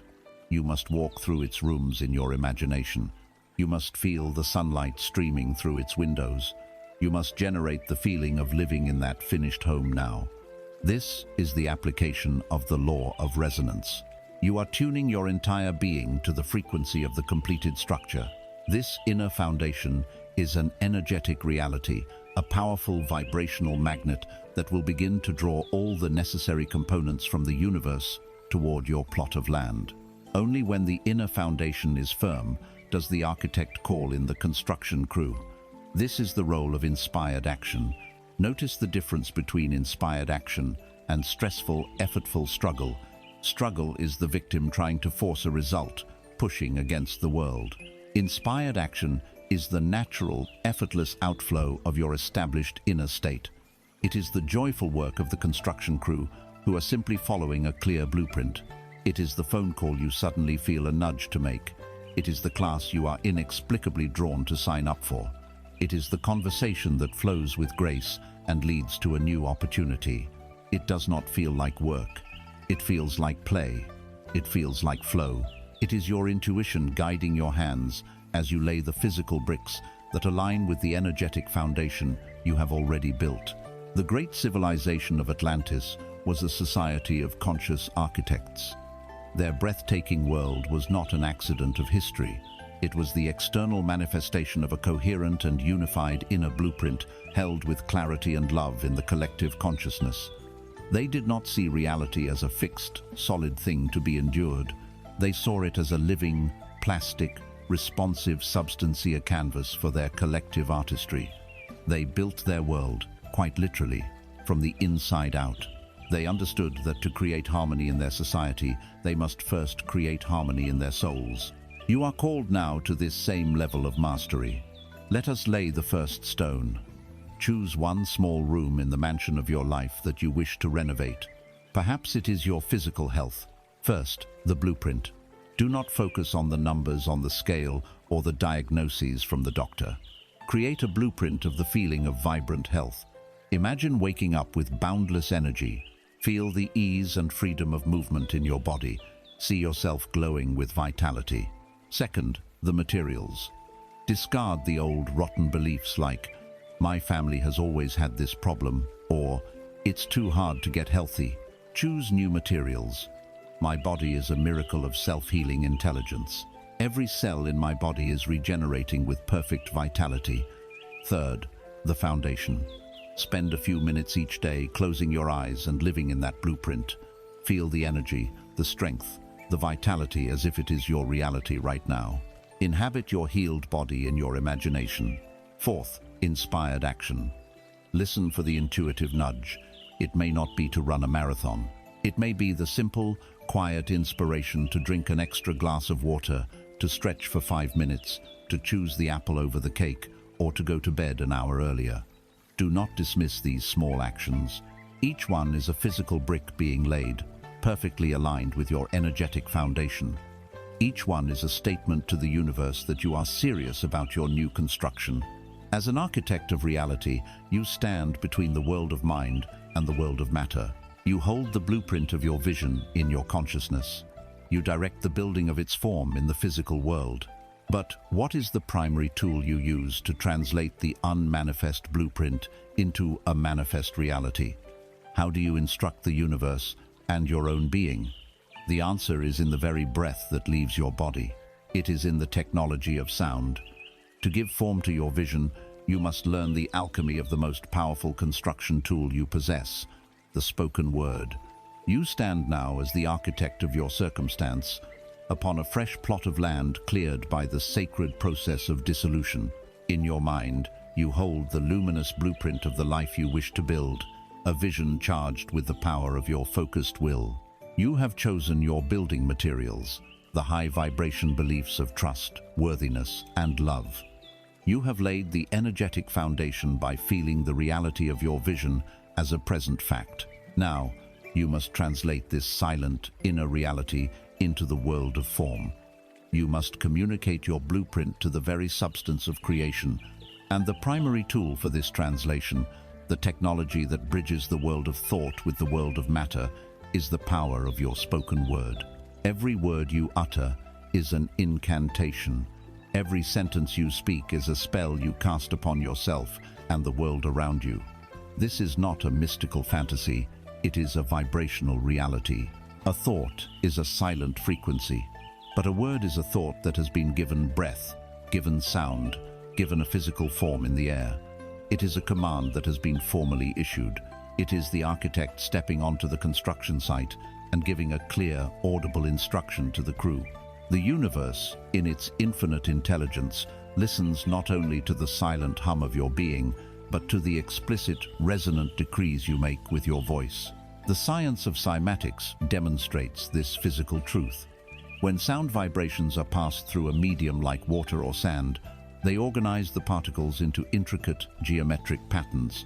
A harmonious, coherent tone creates a beautiful, symmetrical mandala. A chaotic, discordant noise creates a messy, disorganized heap. Now, consider that your body is over 70% water. Every word you speak, and every word spoken to you, vibrates through the water in your very cells, instructing them, programming them, organizing them into patterns of health or disease. When you speak words of love and vitality, you are literally singing a song of harmony to your own biology. When you speak words of fear, resentment, and complaint, you are sending a vibration of chaos through your own physical form, instructing your cells to arrange themselves in a pattern of dissonance. This is the 10th great doctrine, a truth so powerful and so immediate that it can change your life the moment you embrace it. Your word is your wand. The sounds you create shape the reality you experience. The Atlanteans revered this power as sacred. Their language would have been a form of sonic alchemy. They would never have engaged in the casual, unconscious self-cursing that is so common in our modern world. Listen to the spells you, and those around you, cast every single day. Oh, this traffic is killing me. I'm dying for a cup of coffee. I can never get a break. I'm always so broke. My back is killing me. We speak these phrases as if they are harmless figures of speech, but the subconscious mind and the responsive universe do not have a filter for sarcasm or hyperbole. They hear the vibrational command, killing me, dying, never a break, broke, killing me. And this faithful literal universe, whose only function is to resonate with the signals you provide, dutifully says yes and helps to orchestrate a reality where you feel killed, broken, and without a break. You are a powerful magician who has been unconsciously casting spells of lack and suffering upon yourself your entire life. The time has come to reclaim your magic and speak with conscious intent. The most potent words in any language, the two words that act as the ultimate creative command, are I am. Whatever you place after these two words becomes a divine directive. I am is the name of God, the name of the unmanifest source, your own inner Sunday. When you say I am, you are taking the infinite, formless potential of your true self and commanding it to take on the form of whatever follows. You are affixing a label to the nameless. When you say, I am so tired, you are commanding the infinite energy of your being to configure itself into the experience of tiredness. When you say, I am sick, you are instructing your vibrant life force to express itself as illness. When you say, I am lonely, you are decreeing a state of separation. Become the vigilant guardian at the gate of your mouth, especially with these two sacred words. Never speak or even think a sentence beginning with I am, unless it is something you want to be your reality. Reclaim this power. I am healthy. I am prosperous. I am surrounded by love. I am guided and protected. Feel the difference in your own body as you even read these words. One set of phrases creates contraction and heaviness. The other creates expansion and light. Your body knows the truth. To live as a conscious architect, you must practice a new form of verbal hygiene. You must begin to speak the language of your desired reality. This does not mean you deny the current reflection in the crystal mirror. You acknowledge it, but you do not give it power by speaking of it as a permanent truth. If the mirror reflects lack, you do not say, I am broke. That is a creative command that perpetuates the condition. Instead, you can acknowledge the current situation while decreeing your new reality. While my funds may appear low at this moment, the truth is, I am a being of infinite abundance, and prosperity is flowing to me now. You are telling the universe what is, while simultaneously commanding what is to come. You speak from your desired reality, not just about it. Let us begin this practice now. Take a simple, personal vow to be mindful of your speech for the next 24 hours. This is not a vow of perfection, but a vow of awareness. Simply notice the words you use. Notice how often you speak in terms of limitation, complaint, or fear. When you catch yourself casting one of these unconscious spells, do not judge yourself. That is just another dissonant vibration. Simply pause, take a breath, and consciously cancel the command. You can say silently or aloud, cancel, I revoke that statement. Then replace it with a statement that reflects the truth of who you are and what you are choosing to create. If you catch yourself saying, I'm so overwhelmed, pause, cancel, and replace it with, I am capable and calm. I handle everything in my life with grace and ease. This is the act of reprogramming your own reality, one sentence at a time.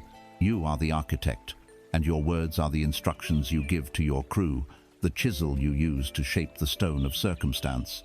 Your vision is the blueprint, and your words are the living invocation that calls that blueprint into form. You are literally speaking your world into being. But as you begin this practice, as you start to declare, I am prosperous and I am loved, you will likely hear another inner voice, a voice of cynicism and doubt. It is the voice of your old identity, the one invested in the story of your struggle. It will whisper, who are you kidding? Look at your bank account. You're not prosperous. You're a liar. It will say, look at your life. You're not loved. You're a fool. This internal saboteur, this guardian of your old limitations, is the greatest obstacle to your creative power. To truly become the master architect, you must lovingly and firmly confront this final gatekeeper. You must turn to face the ghost of the caterpillar, the shadow of your old self. You must now learn about the great and final surrender. the dissolution of the false self. We have arrived at the heart of the great work. You have learned to be the architect of your reality, to use your focused will and the creative power of your spoken word. You begin to declare, I am whole, I am abundant, I am at peace. And as you do, from the shadows of your own mind, a voice sneers back. Who are you kidding? It whispers. Look at the evidence. You are broken, you are lacking, you are afraid, you are a fraud. This voice, the internal saboteur, the guardian of your old story, is the final and most formidable gatekeeper you must pass through. This is the voice of the false self, the ego, and the 11th great doctrine is not a battle with this entity, but a loving and final release, the dissolution of the false self through the power of surrender. First, we must understand what this false self is. It is not you, it is a phantom, it is a construct of the mind, a temporary identity cobbled together from your name, your history, your memories, your roles, your possessions, and your beliefs. It is the continuous story of me, a story that is fueled by the past and anxious about the future. The ego is a survival mechanism that was necessary for your early development, but it has become an overactive and tyrannical houseguest. Its primary motivation is to maintain its own existence and prove its own importance. And its greatest fear is its own dissolution, which it mistakes for your death. The most profound metaphor for this is that of an actor on a stage. Your true self, the silent, aware, eternal consciousness of your inner Sunnis, the actor, the personality you wear, your name, your story, your wounds, your triumphs, the role you are playing. Life is the stage. The great tragedy of humanity is that the actor has fallen into a deep hypnosis. They have forgotten that they are an actor and have come to believe, with every fiber of their being, that they are the character. They suffer when the character suffers. They fear when the character is threatened. Their entire sense of identity is invested in the drama of the play. The spiritual awakening is the moment the actor begins to remember who they are while still on the stage. It is a flicker of awareness, a quiet thought that arises in the middle of a dramatic scene. Wait, this is just a role. This isn't who I really am. This is the beginning of the end for the tyranny of the ego. The goal is not to storm off the stage and abandon the play. The goal is to continue playing your part, but with a new sense of freedom, detachment, and even humor. You can play the role of a parent, a professional, a friend, but you are no longer lost in it. You are in your life, but not of it. Your true identity as the eternal actor is safe, and so the drama of the character can no longer cause you profound suffering. The ego, the character who believes it is real, will fight to maintain its control. It uses several key tactics. Its primary tool is the incessant inner narrator, the voice in your head that never stops talking. It comments, it complains, it judges, it compares. It is constantly creating a narrative of me and my story. The ego also loves to be right. It thrives on conflict, argument, and division, because in proving another person wrong, it reinforces its own sense of a separate, superior self. It clings to its victim stories and its hero stories, replaying past grievances and triumphs to give itself a sense of identity. Finally, it identifies with form, my possessions, my body, my accomplishments, my beliefs. The more it can identify with, the more real it feels. So, how do you dissolve this false self? The answer is the ultimate paradox. You do not fight it. To fight the ego is the ego's favorite game. It strengthens it. You dissolve the false self not with aggression, but with a gentle, loving, and persistent withdrawal of the one thing it needs to survive, your belief. You let it starve from a lack of your attention. This practice is the art of becoming the witness. When a thought or an emotion generated by the ego arises, you do not engage it. You do not argue with it. You do not try to suppress it. You simply notice it. You take a step back in your own consciousness and you observe it as if it were a cloud passing in the sky. You are the sky. You are not the cloud. When the voice in your head begins its narrative of worry, you do not get swept up in the story. You simply notice, there is the thought of worry. You see it, but you are not it. When a wave of anger arises, you do not become anger. You observe it in your body and mind and you say, "I see this energy of anger is present." This simple act of witnessing creates a space between you, the true self, the silent actor, and the ego construct, the passing thought or feeling. This space is your freedom. Every time you choose to be the witness rather than the participant in the ego's drama, you are cutting its power supply. You are lovingly withdrawing your identification. The phantom begins to fade when you stop believing it is real. It is a process like the melting of a ghost in the morning sun. The sun does not attack the ghost, it simply shines, and the ghost, having no substance of its own, cannot survive in the light of that presence. Your silent witnessing presence is the sun that dissolves the ghost of the ego. The Atlantean society would have been one where this was the predominant state of consciousness. Their people would have been rooted in their identity as the actor, the awareness, and would have worn their personalities lightly, like costumes. Their interactions would have been free from the drama, the neediness, and the conflict that defines our ego-driven world. They would have operated not from the small, fearful me, but from the vast, peaceful, and interconnected I am. This path of surrender is not a one-time event. It is a moment-by-moment practice. It is a gentle, continuous letting go. You will be pulled back into identification with the character thousands of times. The practice is to simply notice, without judgment, and return again and again to the quiet seat of the witness. Be patient with yourself. You are undoing a lifetime of conditioning. You are lovingly helping a confused and frightened actor remember their true, magnificent identity.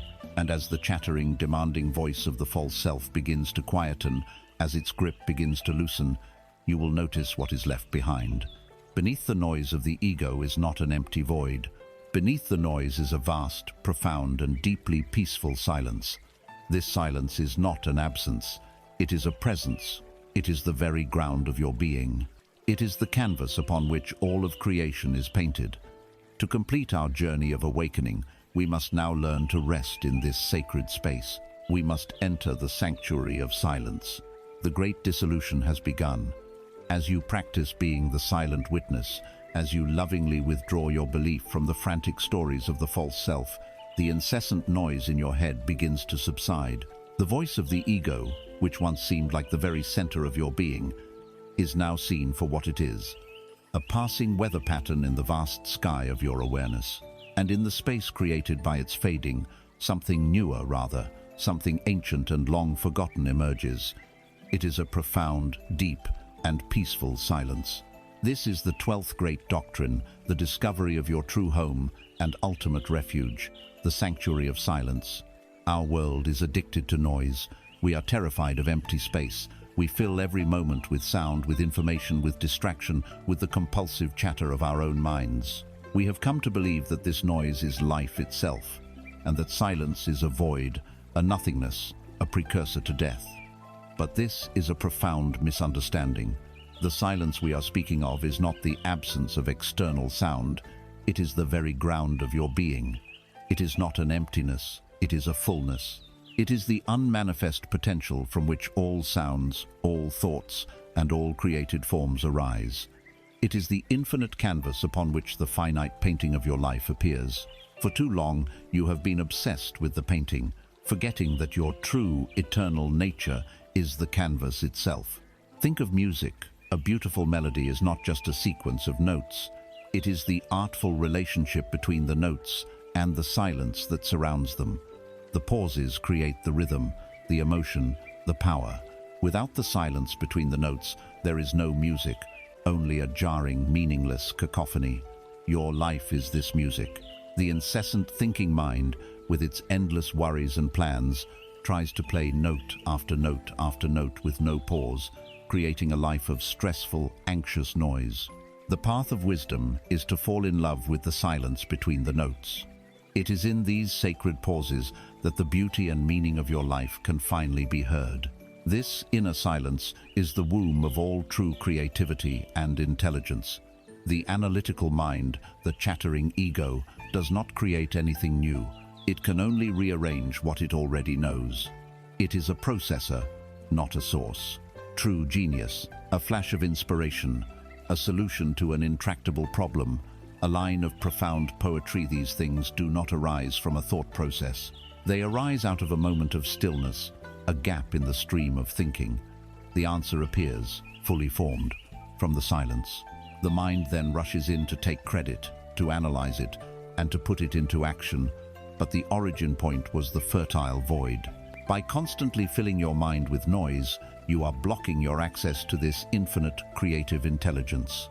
The Atlantean masters would have understood this as their most fundamental spiritual practice. Their meditation would not have been a struggle to stop thinking, which is an impossible task that only creates more conflict. Rather, it would have been a joyful and deliberate act of shifting their attention from the thoughts themselves to the silent, aware space in which the thoughts are happening. They knew that you do not need to get rid of the clouds to appreciate the sky.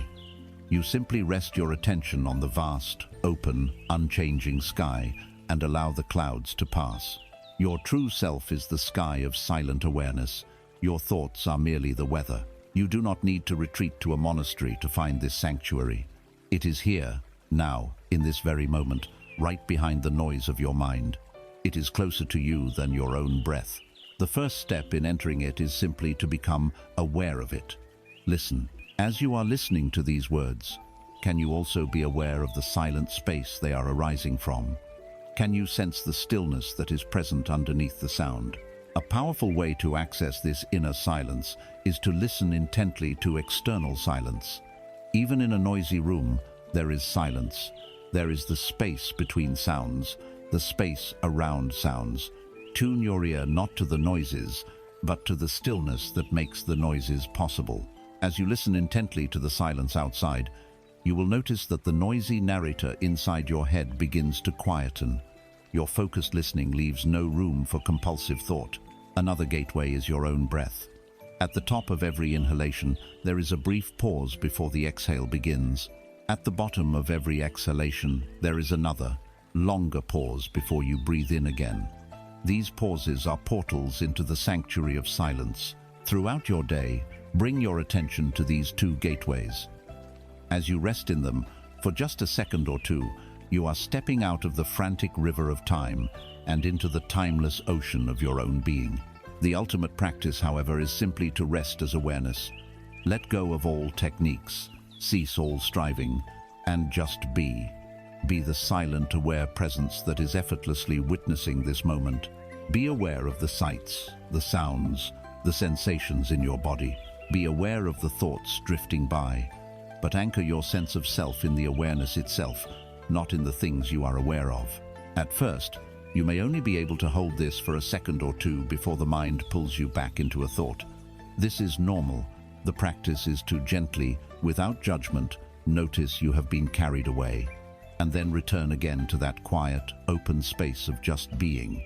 As you spend more time abiding in this inner sanctuary, your entire experience of life will transform. The silence will begin to permeate your activities. You will find a deep well of peace within you that is untouched by the chaos of the external world. Your actions will become more intelligent and effective because they will arise from a place of stillness and intuitive knowing rather than from anxious reaction. You will no longer be exhausted by your own mind because you have learned to step out of its frantic stream and rest on the quiet riverbank. This is not a state of being passive or disconnected. It is a state of supreme power. It is from this silent center that the architect draws their true plans. It is from this stillness that the weaver chooses their most beautiful threads. It is in this sanctuary that you are in direct contact with the source of all that is. You become a conduit for a wisdom far greater than your own.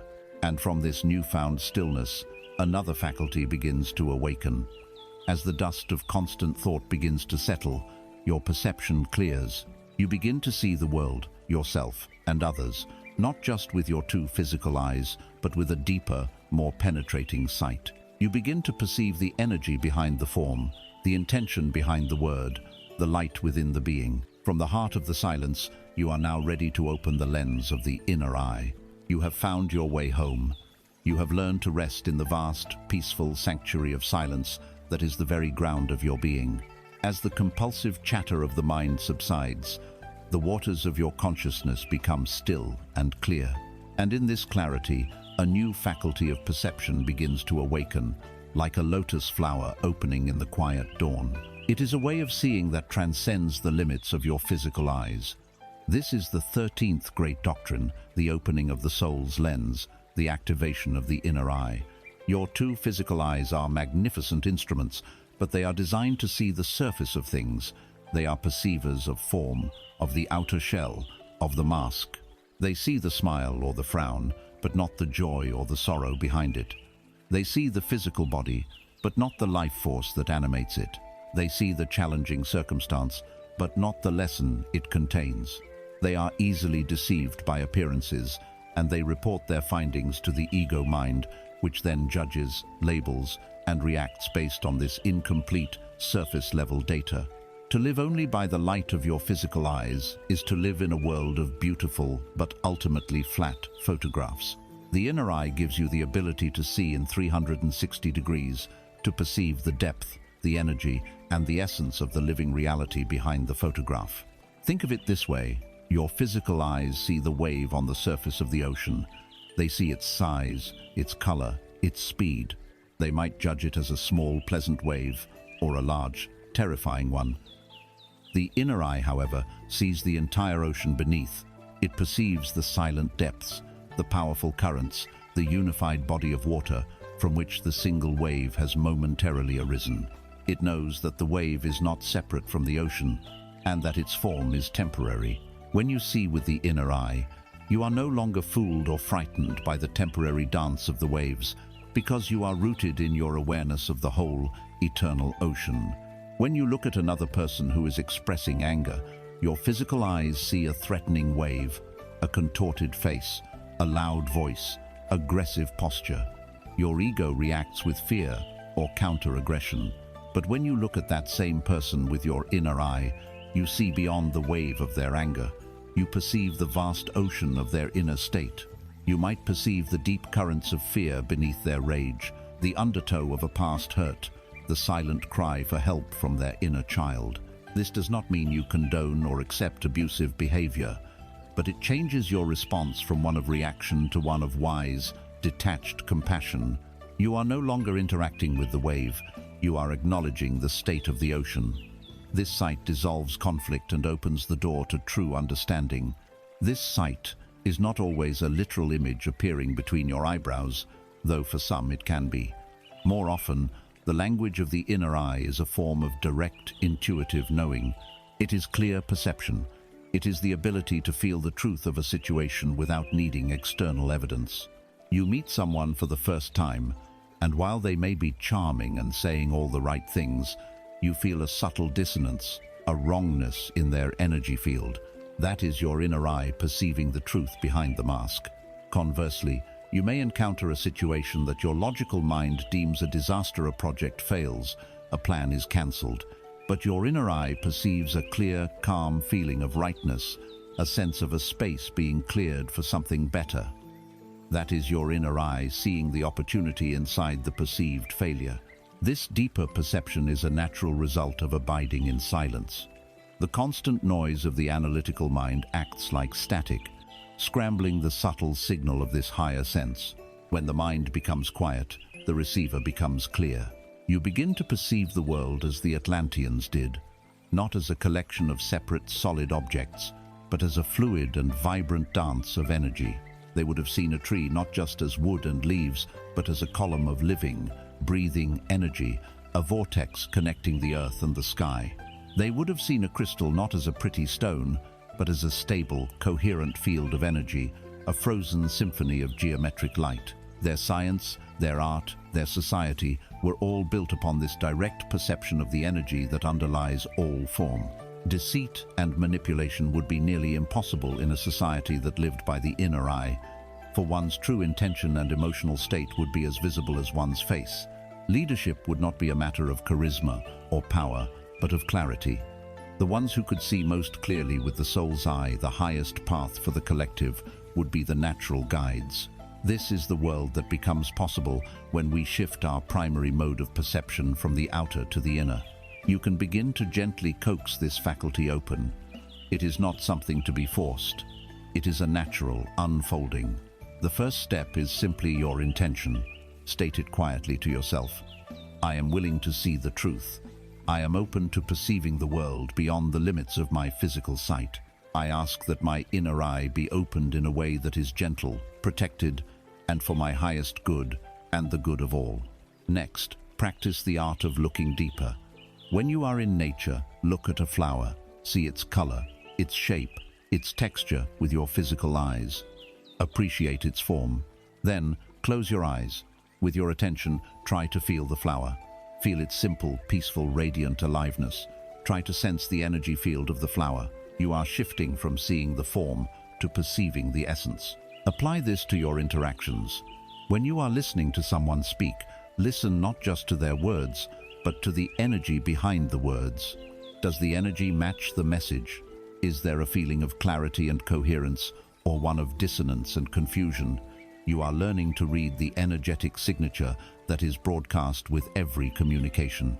When you find yourself in a challenging situation, pause, take a breath, and ask your deeper self, what is the energy of this situation? What is the ocean beneath this wave? What is the lesson or the opportunity here that my physical eyes cannot see?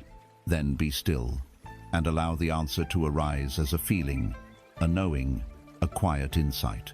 As you cultivate this inner eye, you will find you are no longer so easily disturbed by the ups and downs of life. You are less likely to be fooled by charismatic but inauthentic people. Your decisions will become more wise and efficient because they will be based on a much deeper and more complete set of data. You will see the interconnectedness of all things, the karmic patterns at play, the flow of the great river of life. This clear seeing is the foundation for the ultimate state of grace. When you can truly see what is without the filter of the ego's judgment, you stop fighting it. You stop resisting reality. This clear perception makes it possible to enter into the most elegant and powerful state of being there is, the dance of surrender. You have opened your inner eye. You have learned to look past the turbulent waves on the surface of life and perceive the vast, deep, silent ocean of reality that lies beneath. From this place of clear seeing, a new wisdom dawns. You begin to see the immense, futile, and exhausting effort you have been expending your entire life, fighting against the currents of what is. You see the absurdity of shouting at the rain to stop, of commanding the sun to set faster, of arguing with the events of yesterday. Your clear perception naturally leads you to the 14th great doctrine, the most graceful and powerful stance one can take in the universe. It is the wisdom of the flowing river and the yielding tree. It is the practice of the dance of surrender. Let us be clear from the outset, for no spiritual concept has been more misunderstood by the ego than surrender. The ego hears surrender and it imagines defeat. It sees weakness, apathy, resignation. It pictures a doormat allowing itself to be walked on. This is not surrender, this is despair. True spiritual surrender is not passive. It is an active, conscious, and supremely intelligent act. It is the deliberate cessation of internal resistance to the present moment. It is the end of your inner war with reality. And in the space created by that ceasefire, an immense power is released. Imagine you are in a small boat, trying to row upstream against a powerful river. Your muscles burn, sweat pours from your brow, your heart pounds with anxiety. You are making almost no progress, and the effort is consuming all of your life force. This is the state of resistance. This is the human condition for most. We are at war with the present moment. Our mind is constantly generating a stream of thoughts that say, this shouldn't be happening. That person should be different. I wish I were somewhere else. Each of these thoughts is an oarstroke against the powerful, undeniable current of reality. It is a state of profound stress and utter futility. Surrender is the moment of wisdom when you realize the foolishness of this fight. It is the moment you consciously pull the oars into the boat. You stop fighting, you stop resisting, you take a breath, and for the first time, you allow the river to simply carry you. Notice what happens. The struggle ceases. The tension drains from your body. A deep peace arises. You have not given up your destination. You have simply stopped wasting your energy, fighting the very current that can help you get there. Now, with all that liberated energy, you can pick up a small paddle, not to fight the river, but to steer. You can gracefully navigate within the current, avoiding obstacles, choosing the smoothest channels, and moving toward your goal with the full power of the river behind you. This is the difference between struggle and surrender. It is the difference between fighting life and dancing with it. Life is your dance partner. The universe provides the music, which is the ever-changing rhythm of the present moment. The ego believes it must lead every step, that it must control the dance, forcing its own rigid, clumsy moves upon its partner. It steps on the universe's toes. It resists the flow of the music. It tries to waltz when a tango is playing. The result is a frustrating, graceless, and exhausting performance. The master, the one who understands the dance of surrender, does the opposite. They become an exquisite listener. They feel the rhythm of the music of now. They empty themselves of their own agenda and allow their partner to lead. They yield, they flow, they respond. This yielding is not weakness.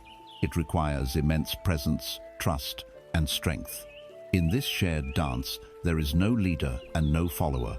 There is only the harmony of the dance itself. The one who has surrendered to the flow of life finds that they are moved with perfect grace and intelligence. They are guided to the right place at the right time, not by their own frantic efforts, but by their willingness to be danced by a wisdom far greater than their own. The inner eye, which you have learned to open, is what allows you to perceive the reality of the river's current. It shows you the truth of what is. When you can clearly see the direction the river is flowing, the desire to row against it simply falls away as illogical.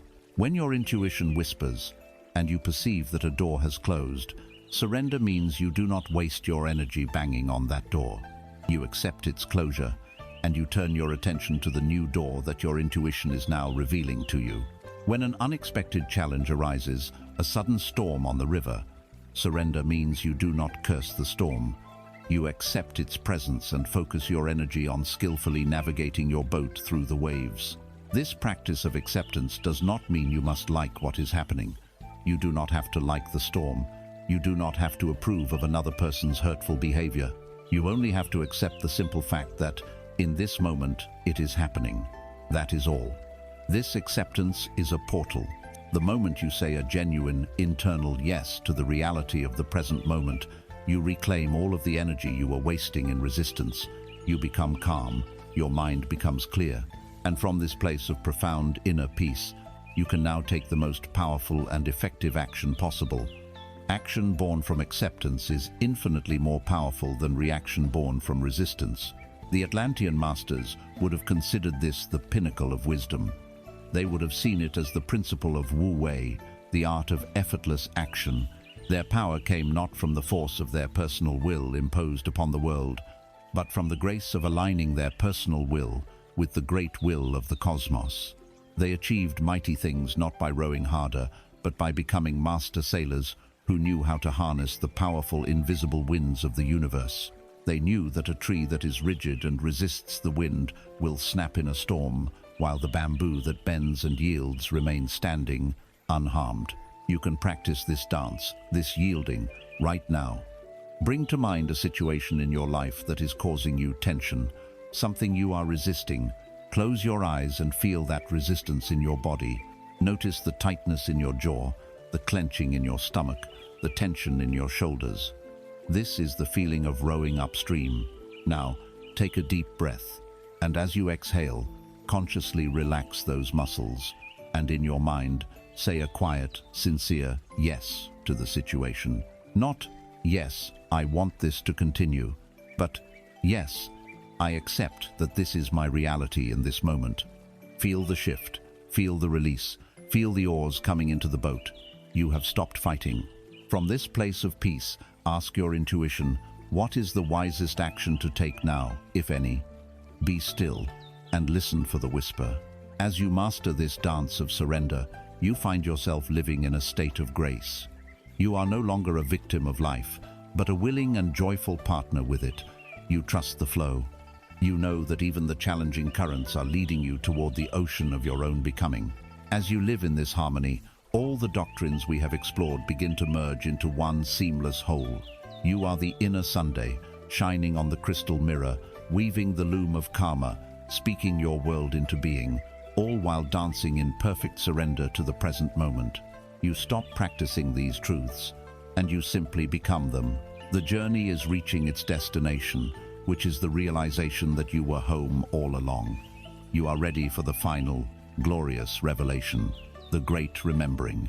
You have learned to dance with the universe. You have learned to yield to the great river of life, steering with the gentle paddle of your intuition rather than fighting with the frantic oars of your ego. In this state of graceful surrender, a final, beautiful alchemy occurs. All the doctrines we have explored begin to converge. The inner Sunday you have discovered within is the same light that illuminates the crystal mirror of the world. The law of resonance becomes the natural echo of your being, not a technique to be applied. The loom of karma is simply the tapestry you create as you dance. The voice of your intuition is the music you dance to. Everything merges. The separation between the teaching and the student, between the path and the destination, dissolves, and you arrive at the final gateway, the one that was also the beginning. You arrive at the 20th and ultimate doctrine, the great remembering. This entire journey, from the first whispered truth to this very moment, has not been about learning anything new. It has not been about adding layers of knowledge or becoming a better version of yourself. It has been a process of subtraction, of unlearning, of unbecoming everything you thought you were, so that you could finally remember who you have always and eternally been. To understand the magnitude of this homecoming, imagine a great and benevolent king, ruler of a vast and beautiful kingdom. This king is so powerful that his very consciousness sustains the reality of his domain. One day, while walking in his gardens, he falls under a strange and powerful enchantment, the enchantment of forgetting. He is struck with a profound amnesia. He forgets who he is, forgets his power, forgets his kingdom, and so the king, now clothed in rags he does not recognize, wanders out of the palace gates and into the city. He becomes a beggar. He spends his life in the shadow of his own palace walls, shivering in the cold, feeling worthless and powerless. He looks up at the magnificent castle, his own home, and feels a deep, aching sense of separation and longing. He believes it belongs to another, a great, powerful being he can only pray to. He begs for scraps of food from the palace kitchens, not knowing that all the abundance within is his by birthright. He suffers from the cruelty of others, not knowing that every person in the kingdom is in fact a subject of his own consciousness. This is the story of humanity. You are this king. You have been living as a beggar in your own kingdom, praying to a God who has your own face. The spiritual journey, the path we have walked together, is the process of this king slowly beginning to remember. One day, a kind stranger gives him a piece of bread, and he feels a flicker of abundance, a distant echo of the royal feasts. This is the lesson of giving. He sees two people arguing and feels a deep, inexplicable sadness, a sense of a schism within his own being. This is the lesson of the empathic web. He finds a small, discarded signet ring in the dirt, bearing his own royal crest. He doesn't know what it is, but it feels familiar, true. This is the lesson of intuition. Each doctrine, each insight, is another fragment of his lost memory returning. And then, one day, he kneels to drink from a puddle in the street. And for a fleeting moment, as the water stills, he sees his own reflection. But he looks past the grime and the ragged beard. He looks into his own eyes. And in those eyes, he sees not a beggar, but the king. In that instant, the enchantment shatters. The memory does not trickle back. It floods his being in a tidal wave of light. I am the king. Now, understand this crucial point. In the moment of that remembering, what externally changed for the king? Nothing. He was already the king. The palace was already his. The kingdom was already his. The power was already his. Nothing new was added to him. The only thing that changed was his awareness of who he truly was. And yet, in changing nothing, this moment of remembering changed everything. He no longer needed to beg for scraps. He could walk through the palace gates. He no longer needed to fear the judgment of others. He was the source of the law. He no longer needed to pray to a distant god. He was the living consciousness that animated the entire kingdom. This is the great remembering. It is the realization that you are not a fragment of the divine, seeking to return to the source. You are the source, experiencing itself as a fragment. You are not a human being having a spiritual experience. You are a spiritual being, the one great actor, having a human experience. There is no separation between you and God. There is no distance to be traversed. The kingdom of heaven is not a destination to be reached after death. It is a state of consciousness to be remembered right now. With this remembering, all the techniques fall away. You no longer need to consciously try to use the law of resonance, because you know that you are the central sun whose gravity naturally organizes reality around you.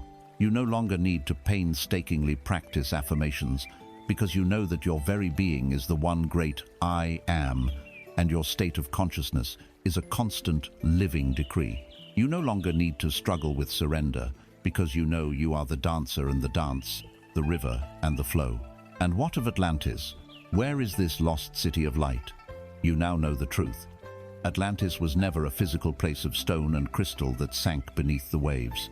Atlantis is the memory of this state of unity consciousness, this royal consciousness that sank beneath the waves of our collective forgetting. And this journey we have taken together. This has been the archaeological dig. The teachings were the tools to brush away the mud and sediment of lifetimes of fear and illusion. The great remembering is the moment the sunken city breaks the surface and rises into the light. Atlantis has not been found on a map. Atlantis has risen, here and now, in your own awakened heart. So, walk now, not as the beggar, but as the king or queen you have always been. See your world not as a place of exile, but as your own beautiful, malleable kingdom. See every other person you meet, not as a stranger or a competitor, but as another enchanted royal, another aspect of your own divine self, waiting to be remembered. Your work is no longer to seek the light. It is to be the light that awakens the world from its long, hypnotic slumber. The journey of learning is over. The great, joyful adventure of being has just begun. The journey is complete. The path has led you in a perfect circle, back to the one and only place you could ever truly arrive, the center of your own heart. The great remembering has happened. The forgotten king has returned to his throne. The sunken city of your own divine consciousness has risen into the light. There is nothing more to learn, for you have realized you are the wisdom you were seeking. There is nowhere else to go, for you have realized you are the destination. Do not carry these doctrines as a heavy weight of knowledge. Allow them to dissolve into a simple, lived experience. To summarize this entire journey, to crystallize its essence into a single image you can carry with you, know only this: you are a living crystal. You are a perfect, luminous crystal, unique in all of creation. From your core, the endless light of your inner Sunday shines outward.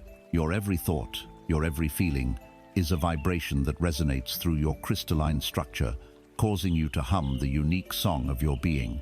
This song, this resonance, is broadcast into the universe, which faithfully echoes it back to you, shaping the world you perceive. You stand in the center of your own kingdom, and your reality is nothing more than the light of your own consciousness, reflecting off the inner facets of your own beautiful, crystalline soul. See this, know this, be this, and so we leave you with this final, simple mantra. Let it be the anchor for your new awareness. Let it be the gentle reminder that whispers to you in moments of forgetting. Take a slow, deep breath. I am the memory. I am the resonance. I am the light returning. And now, rest in the truth of who you are. Be still and know